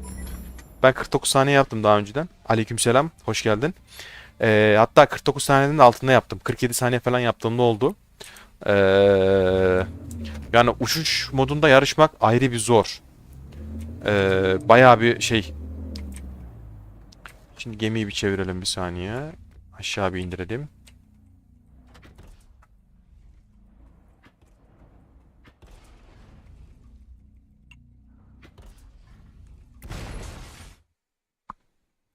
Gemi değiştireceğim. Ya buranın ayrı bir güzelliği var. Kesinlikle çok güzel. Ben çok seviyorum uçuş modunu. Uçuş modunda yarışmak aşırı bir güzel ya. Şey deneyeceğim. Solos. Bak. Aynen, Solos havaya kalkmadı. Normalde olması gereken bu. Şimdi gemiyi aldığımızda H tuşuna basarak flight moduna geçiyoruz. Ve havaya çıkıyoruz. Bir de bununla deneyim bir. Bu da ayrı bir güzel yalnız. Şimdi başlayalım. Bu gemiyle oynamak daha kolay bu arada. Lan. Ha, aşağıda. Gemi çok çok daha hızlı. Diğer gemiyi kontrol etmesi daha zordu. Kapıdan geçemedik. Geçmiş olsun. Bu lafın üstüne.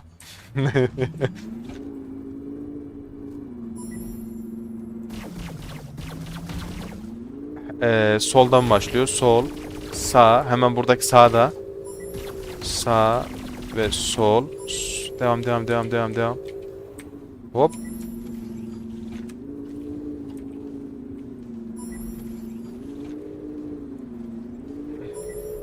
Bir tane de burada var. Normalde droidleri yani bu dronları öldürdüğünüzde eksi 1 saniye veriyordu. Artık eksi 2 saniye veriyor. Bir tane burada.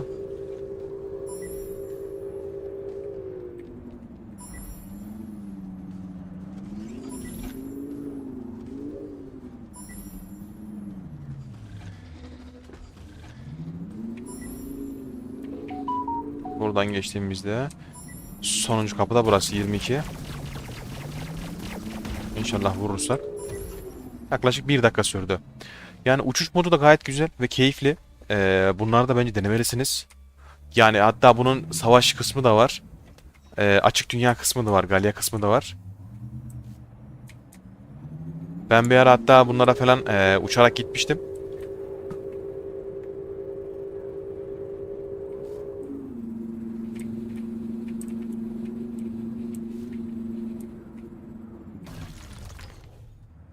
Ya kısacası böyle. Burada bir üst bölgesi var. Toplam 22 tane kapı var. Kapılardan geçiyorsunuz ve yarışı bitiriyorsunuz. Mantık bu.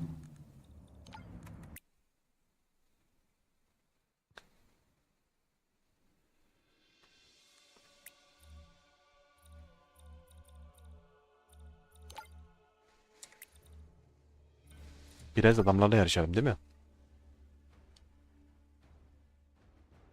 Hmm. Ya kimse FPS oynamıyor ya yarışlardan dolayı. Oo, Gateway'de roket oynanıyor. 4 kişi var bir oyunda. 5. olarak da ben girdim. En sevdiğim. Evet, işte oyun başlıyordur. Ben normalde yarıştan ziyade FPS tarafını daha çok seviyorum. Bunları bir vuralım ya. Roket oyuna bu arada yeni geldi. Epic'te kalsın görüntü. De bir şeyleri kapatabiliriz ya. Oyun karanlık biraz dur. Ben karanlıkta oynamayı çok sevmiyorum.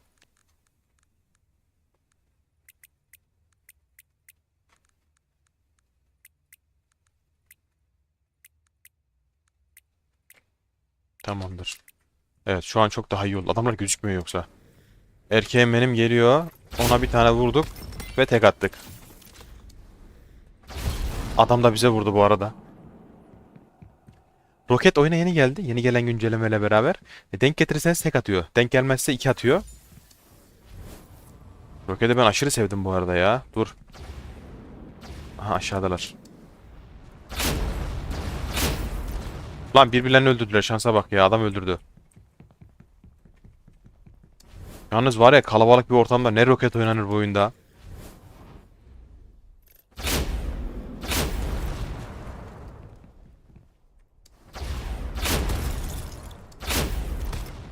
Bir uç canı var. Cana bak. Lan adam hiç görmedim ben dur. Gitti.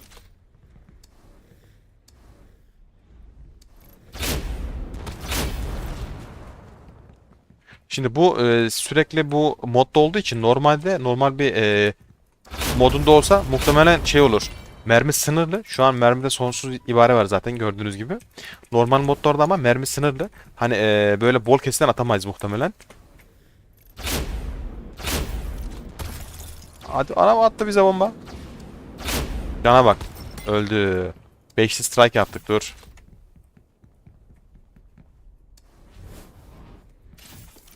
Ha şunlara da değineyim. Önemli ve kritik şeyler. Mermi değiştirirken farklı bir silah geçerseniz iptal oluyor. Ya da mesela bu alt işaretine falan bastığınızda uzun zıplama falan var. Göstereyim şu şekilde. Mesela şu işaret. Bunu yaptığınızda mermi değiştirmeyi iptal ediyor. Ya da hızlı uçtuğunuzda mermi değiştirmeyi yine iptal ediyor. Mesela şu şekilde uçtuğunuzda mermi değiştirmeyi iptal eder oyun. Hani birkaç tane mermi değiştirirken iptal olan olaylar var. Bunlar. Şu adam nerede? Yukarıda. Bak aşağısına vurduk. Kaçtı.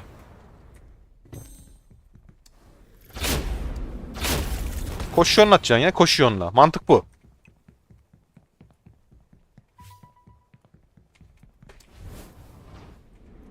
Hani birisi roket atıyor bize. Az canı var. Nerede? Burada. Hemen şurada. Aha. Buna yumruk atacağım, dur. Yumruk attık da biz de aşağı düştük. Hızla yumruk strike'ımız bozuldu. Neyse. Şöyle aşağı düştüğünüzde ya da öldüğünüzde herhangi bir şekilde bir sebeple size en son kim vurduysa o adama skor yazıyor. Yani örnek vereyim. Birisi size bir vuruş vurdu. Sadece bir tane vurdu. Ama ona rağmen siz kendinizi öldürdünüz ya da aşağı falan düştünüz, otomatikman skor tablosunda ona yazıyor. Biri atıyor. Nerede atıyor? Orada. Şu aşağıdan. Şuradan bir tane attık mı? Az bir şey değildi. Geldim, dur geldim.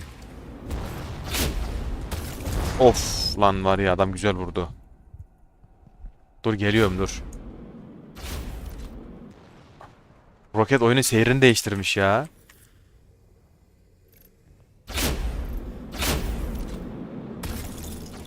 Oo, ne öldürdük be.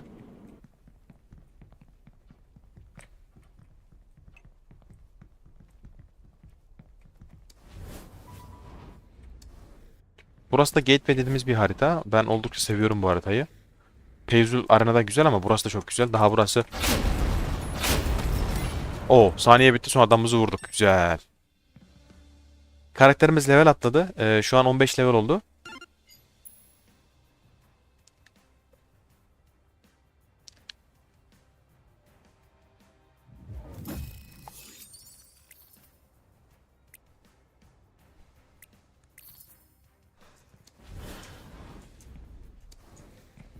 Bir oyun bittikten sonra tekrardan diğer oyuna geçme süresi yaklaşık 1 dakika. 1 dakika sonra diğer oyun başlıyor.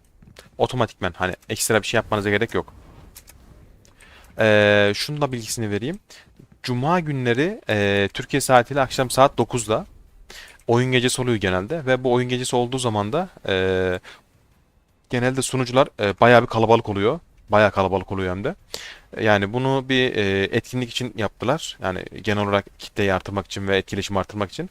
Cuma günleri Türkiye saatiyle saat 9'da oyuna geldiğinizde yani çok ciddi bir oyuncu oluyor genelde oyunda. Aleykümselam Atakan, hoş geldin. Başlayalım, biraz adam patlatalım, dur. Nerede? Biri burada. Bir vuruş daha vurursak, vuramadık, dur. Az canı var. Önce ben vurdum ve patlattım.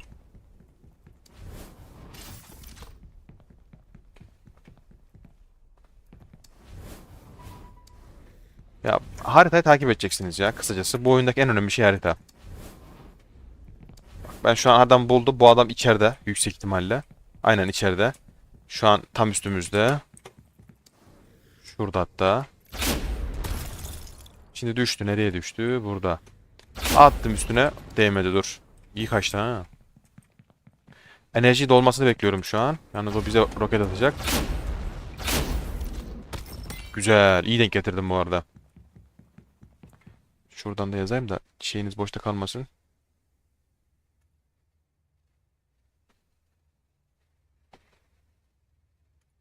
Bir saniye. Geçiş anahtarınızı... Lan. Google'la ilgili bir şey devam et diye bir ibare geldi de. Nereye gidiyor bu ya? Roketin belli bir gecikme süresi var giderken. Adamı koşu yoluna attığınızda, öbür adam nereden attı biz onu? Daha yukarıda. Adamın koşu yoluna attığınızda yüksek ihtimalle değiyor. Daha çok adamın koşu yoluna atmanızdan gerekiyor. Hop, şuradan bir arkasına geçelim. Bu yüksek ihtimalle oynamayı çok bilmiyor ya. Baksana. 4'e 0. Bir de aşağımızda. Muhtemelen nerede? Yeni doğdu şu anda. Tam aşağıda. AFK. Her şeyi göstereyim size, hazır AFK'dan bulmuşken. Şimdi adama önden yumruk attığımızda belli bir oranda hasar veriyor. Yaklaşık 50 mesela, 50-60 civarı, 70 vurdu. Ama arkadan yumruk attığınızda kim olursa ne olursa olsun tek atıyor adama. Bak vurayım mesela. Direkt öldü. Bunu da hazır adam denk gelmişken gösterdiğimiz iyi oldu. Bir yerden roket geliyor. Mesela bak, ben mantığını çözdüm. Şöyle bir şey söyleyeyim size, çok pratik bir bilgi. Adamın üstüne atmaktansa duvar attım. Nerede bu adam? Üstümüzde. Biri daha girdi oyuna. Bu Rostar kimmiş ya? Biraz önceki adam. Muhtemelen oyundan düştü. Ping'den kaynaklı.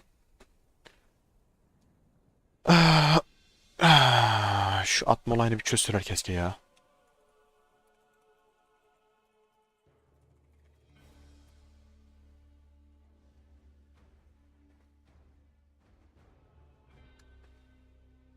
Bir yere bir geçiş anahtarı giriyorum. Ya oyunun genel olarak mantığı bu. Hani 4.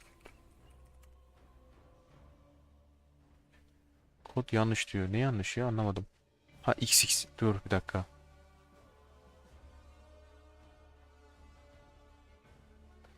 Bir saniye. Autocounter nerede? Şu. 930 200 Tamamdır. Bir yerin bir şey dolmuş galiba da süresi girmem gerekiyordu. Aynen şu an oldu. Tekrardan buradan da yazayım sizlere. Aleykümselam hoş geldiniz diye. Şimdi play diyelim tekrardan.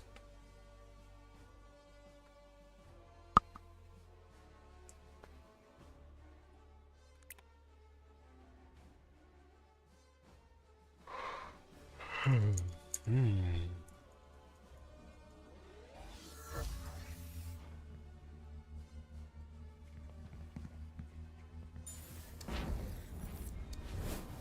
Hadi yarışalım. Gemi olarak huzu solo alacağım.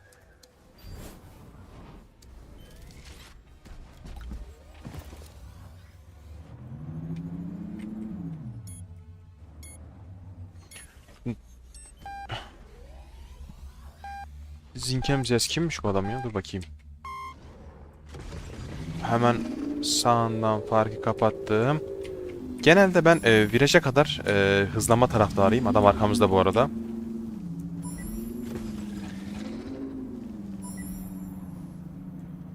Şimdi P'ye bastım adama kilitlendim.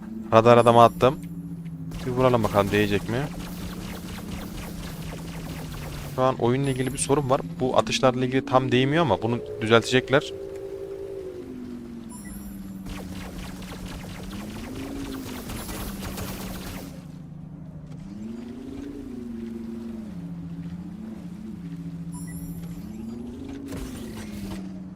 Adamı geçtik, adam bizi geçti. Bayağı sıkı bir yarış dönüyor. Dur bakayım bir.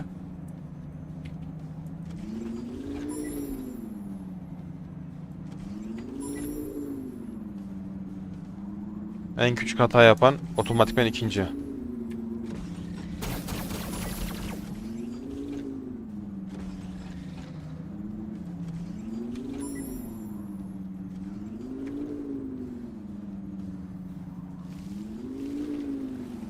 Acaba oradan gitmek daha mı avantajlı ya? Yolu kısaltıyor, denemek lazım. Kısaltıyor da olabilir, bilmiyorum.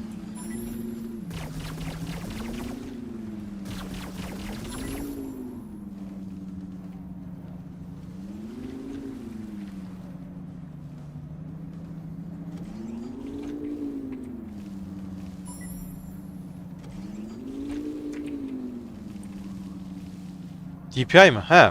Onları söyleyeyim size. DPI hesaplamasını yapmıyor. O ha sen de demişsin. İşte bu muhtemelen sunucu kaynaklı bug da güncelleme yeni getirdiler oyuna.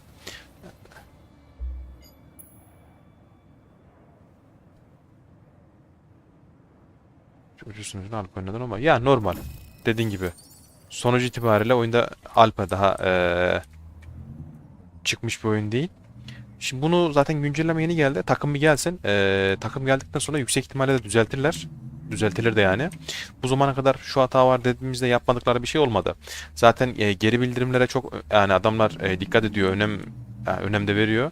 Yani adamlar için ya hem oynuyoruz, zevkine bakıyoruz. O ayrı bir konu. Hem de oyunu test ediyoruz. Yani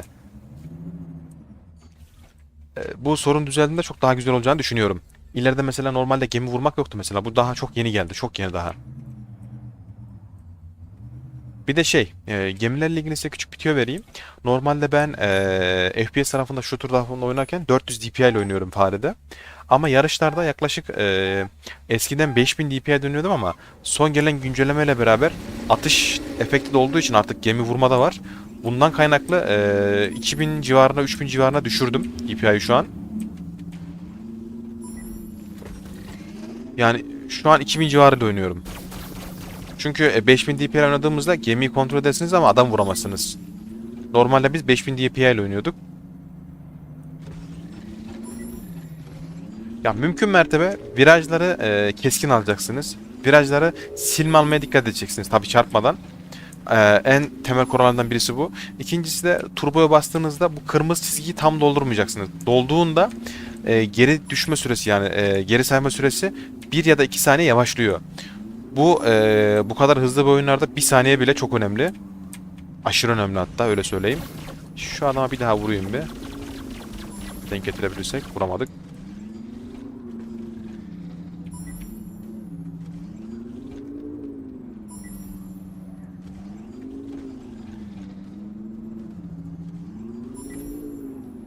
Tam kırmızıya getirdim bıraktım. Bu sefer ben de buradan gideceğim ya. Şuradan hiç gitmedim. Bir gideyim bakalım. Burası yakın mı? Normalde bunların değmesi lazım işte. Şunlar bir değsin. Şu hatayı bir düzelsinler var ya. Asıl o zaman gemi savaşları başlayacak. Yarışlar. O zaman var ya herkes birbirini patlatır.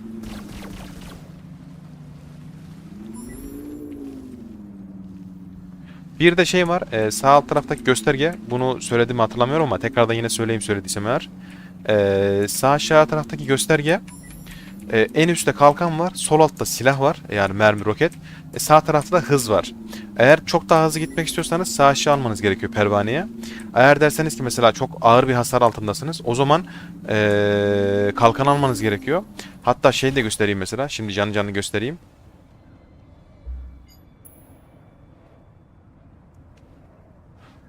Oyun çıkınca kesinlikle oyun çıktığında çok daha düzgün bir oyun olacağını ben de inanıyorum. Bir dakika şeyi göstereyim. Şimdi normalde bak. Bu şekilde ateş ediyor. Şimdi bak. 1, 2, 3, 4'te ayarlayabilirsiniz bunları. 1'e bastığınızda aldığınızda bak arasında farka bakın. Çok ciddi bir fark var. Mesela hızı aldım. Yavaşladı. Hani bu gibi şeyler de var. Pervaneyi eğer siz hız almazsanız yarışlarda geri düşebilirsiniz. Bilginiz olsun. Bu ince detayı da vereyim. Yani oyunun tamamlanması ne kadar sürer? Yani şöyle söyleyeyim. Yaklaşık 7-8 ayda oyun çok ciddi bir yere geldi hani. Normalde ilk aylar ben hatta gösteririm. Hatta yayınlarda da vardır veya diğer şeylerde gidip bakarsanız eski yayınlara. Yani aşırı kötüydü. Şu an hatır sayılır bir yere geldi. Muhtemelen yani bir yıl sonra çok daha güzel bir yere geleceğini düşünüyorum. En az bir yıl sonra.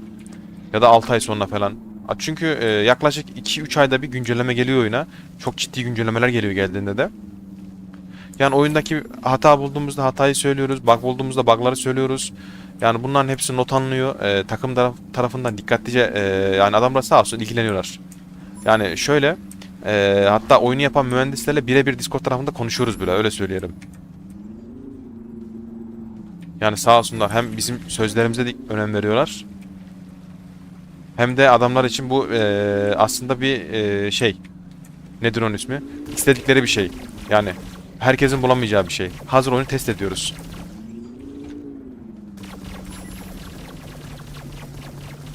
Bir düzelsin var ya. Ben bunlara soracağım da dur.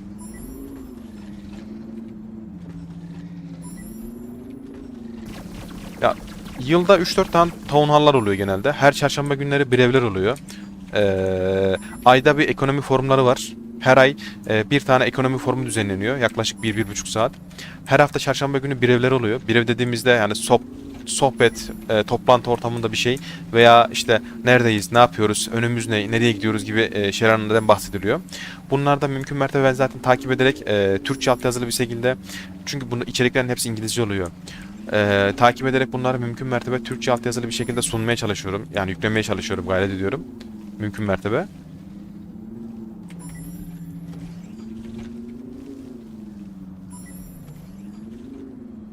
Hop adamın üstüne geldik ama dur bakayım.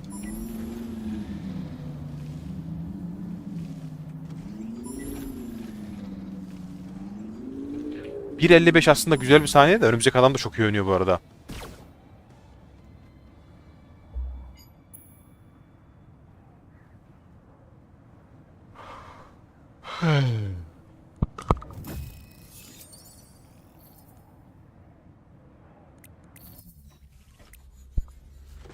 Gemi değiştirelim. Dur bir de farklı bir gemi oynarım. Ya ben Scott'cıyım ya.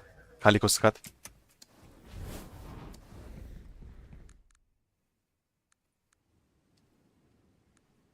Şu gemi Fimbul Lobby aynı şey gibi bu arada.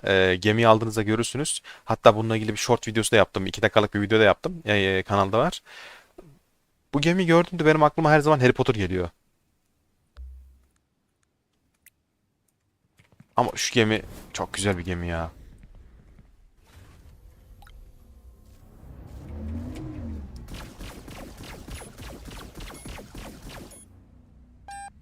Başlayalım.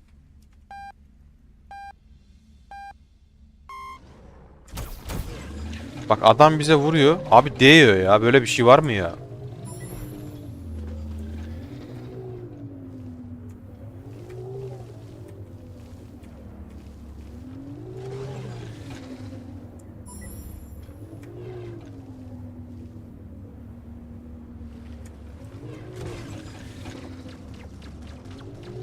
Bak öne geçtim ya nasıl ateş ediyor bana. Sorun şu. Bizim ateş ettiğimiz adama değmiyor. Adamın bize vurdu değiyor ya. Böyle bir şey var mı ya? Şu güncellemeyi acilen getirmeleri lazım. Bak adam şimdi öne geçti. Armut gel bakayım buraya. Abi biz adama vuruyoruz adama değmiyor. Böyle iş mi olur ya? Haksızlık ya.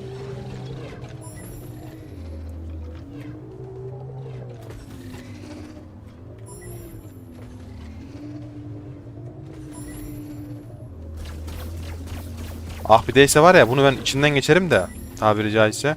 Onu da yapacağız dur az kaldı. Şu güncelleme bir gelsin.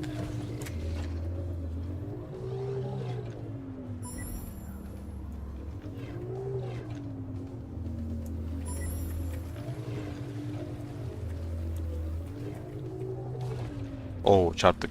Ya mantık şu. Dönemeçleri keskin alacağız. Bakalım ne yazmıştınız?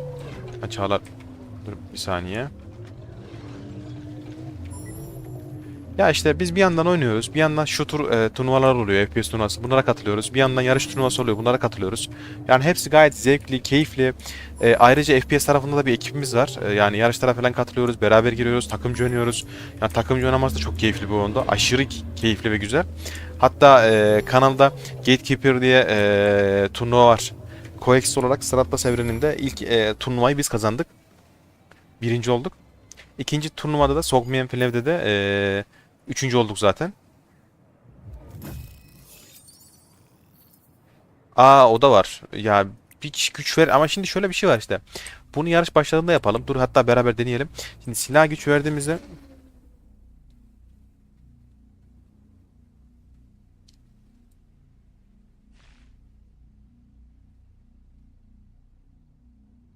kesinlikle. Bakalım işte hani bir inşallah bir şeyler ortaya bir çıksın da bir gerçekten yani biz de bekliyoruz ya. İnanıyoruz da. Ne aşamaya gelecek, ne yapacağız göreceğiz. Silahlara biraz bu güç verme olayı da şöyle G tuşuna bastığınızda bunu istediğiniz gibi ayarlayabiliyorsunuz sağ taraftaki ibareyi. Biraz şöyle hafiften silah verelim bakalım 75'e 25. Hatta dur. Komple silah verip adama vuracağım. Ona değiyor. Yok bu Zink'e değmiyor ya. Bak Ricky'ye vurdum direkt değdi.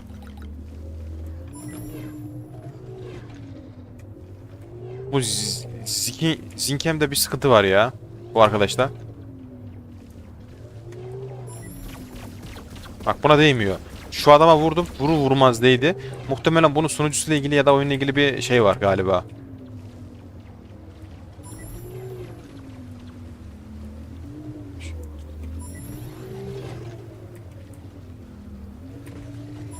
Hop. Lan var ya dur. Yoldan çıktık dur.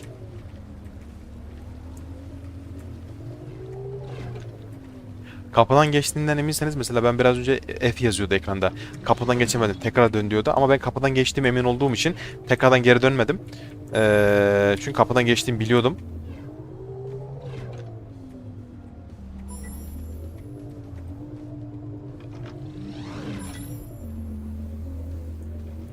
Yani genel olarak böyle işte ya.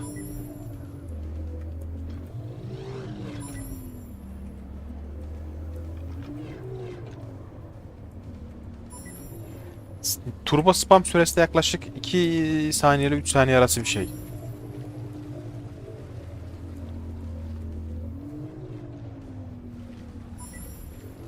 Ama genelde turboyu dönemeçlerde ya da böyle yerlerde değil de düz yolda kullanmak bence çok daha mantıklı ve avantajlı. Buna dikkat etmek lazım.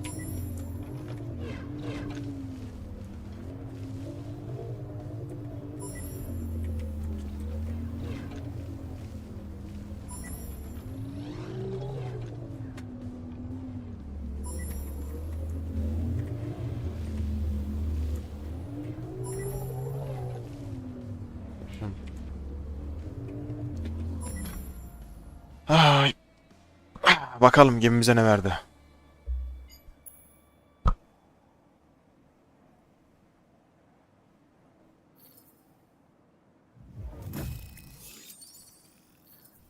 Altıncı seviye az kalmış. 4 oyun sonra 6 seviye olacak. Turuncu kostüm alacağız.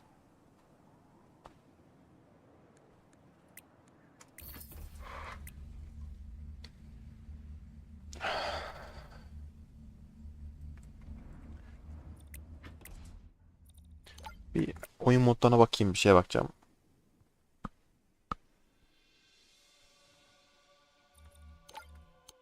Galli'ye girdik. Ay ya, girmeyecektim Galli'ye. Neyse.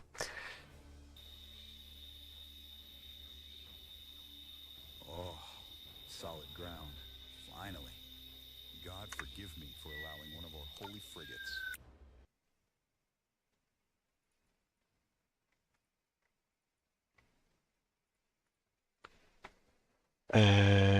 Yeterli. Yani burada yayını kapatacağım. Hani genel olarak öyle bir göstermek maksadıyla açtım. Hem biraz şu tur tarafına bakalım, hem biraz yarış tarafına bakalım diye. Biraz da bazı haritalarda deneme yapmak istedim açıkçası. Yani görmek isteyen, izlemek isteyen olursa diye de ayrıca sormak istediği bir konu olursa göstereyim diye. Şu an için yeterli. Yayını sonlandıracağım. Yaklaşık 2 saat olmuş. Star Atlas'la ilgili daha fazla içeriği izlemek isterseniz ve bakmak isterseniz kanalımda hepsini bulabilirsiniz. Özel sorunuz olursa da sosyal medya kanallarından veya bize Discord'dan, Telegram'dan ulaşabilirsiniz. Teşekkür ederim. Ee, Yani bu konuda her şeyde yardımcı oluruz. Yani gemi falan da gönderebilirim sizlere. Yani eğer oyuna indirir gelirseniz de yarış gemileri falan. Normalde bazı gemiler yok. Test flight gemileri var. Test gemilerini falan almadığınız takdirde ya da onlarla girmediğiniz takdirde geminiz olmuyor. Belli başlı gemileri almanız gerekiyor. Ama başlangıç için indirip geldiğinizde ben size birkaç gemi veririm. Sorun değil. Benimle iletişime geçmeniz yeterli. Onun dışında ilerleyen yayınlarda bakalım duruma göre, hatta bazı gemi çekilişleri falan da yapabiliriz duruma göre. Yine değerlendiririz. Tekrardan izlediğiniz için teşekkür ederim beni. İyi geceler derim. Bir sonraki yayında görüşmek üzere. Sağlıcakla kalın.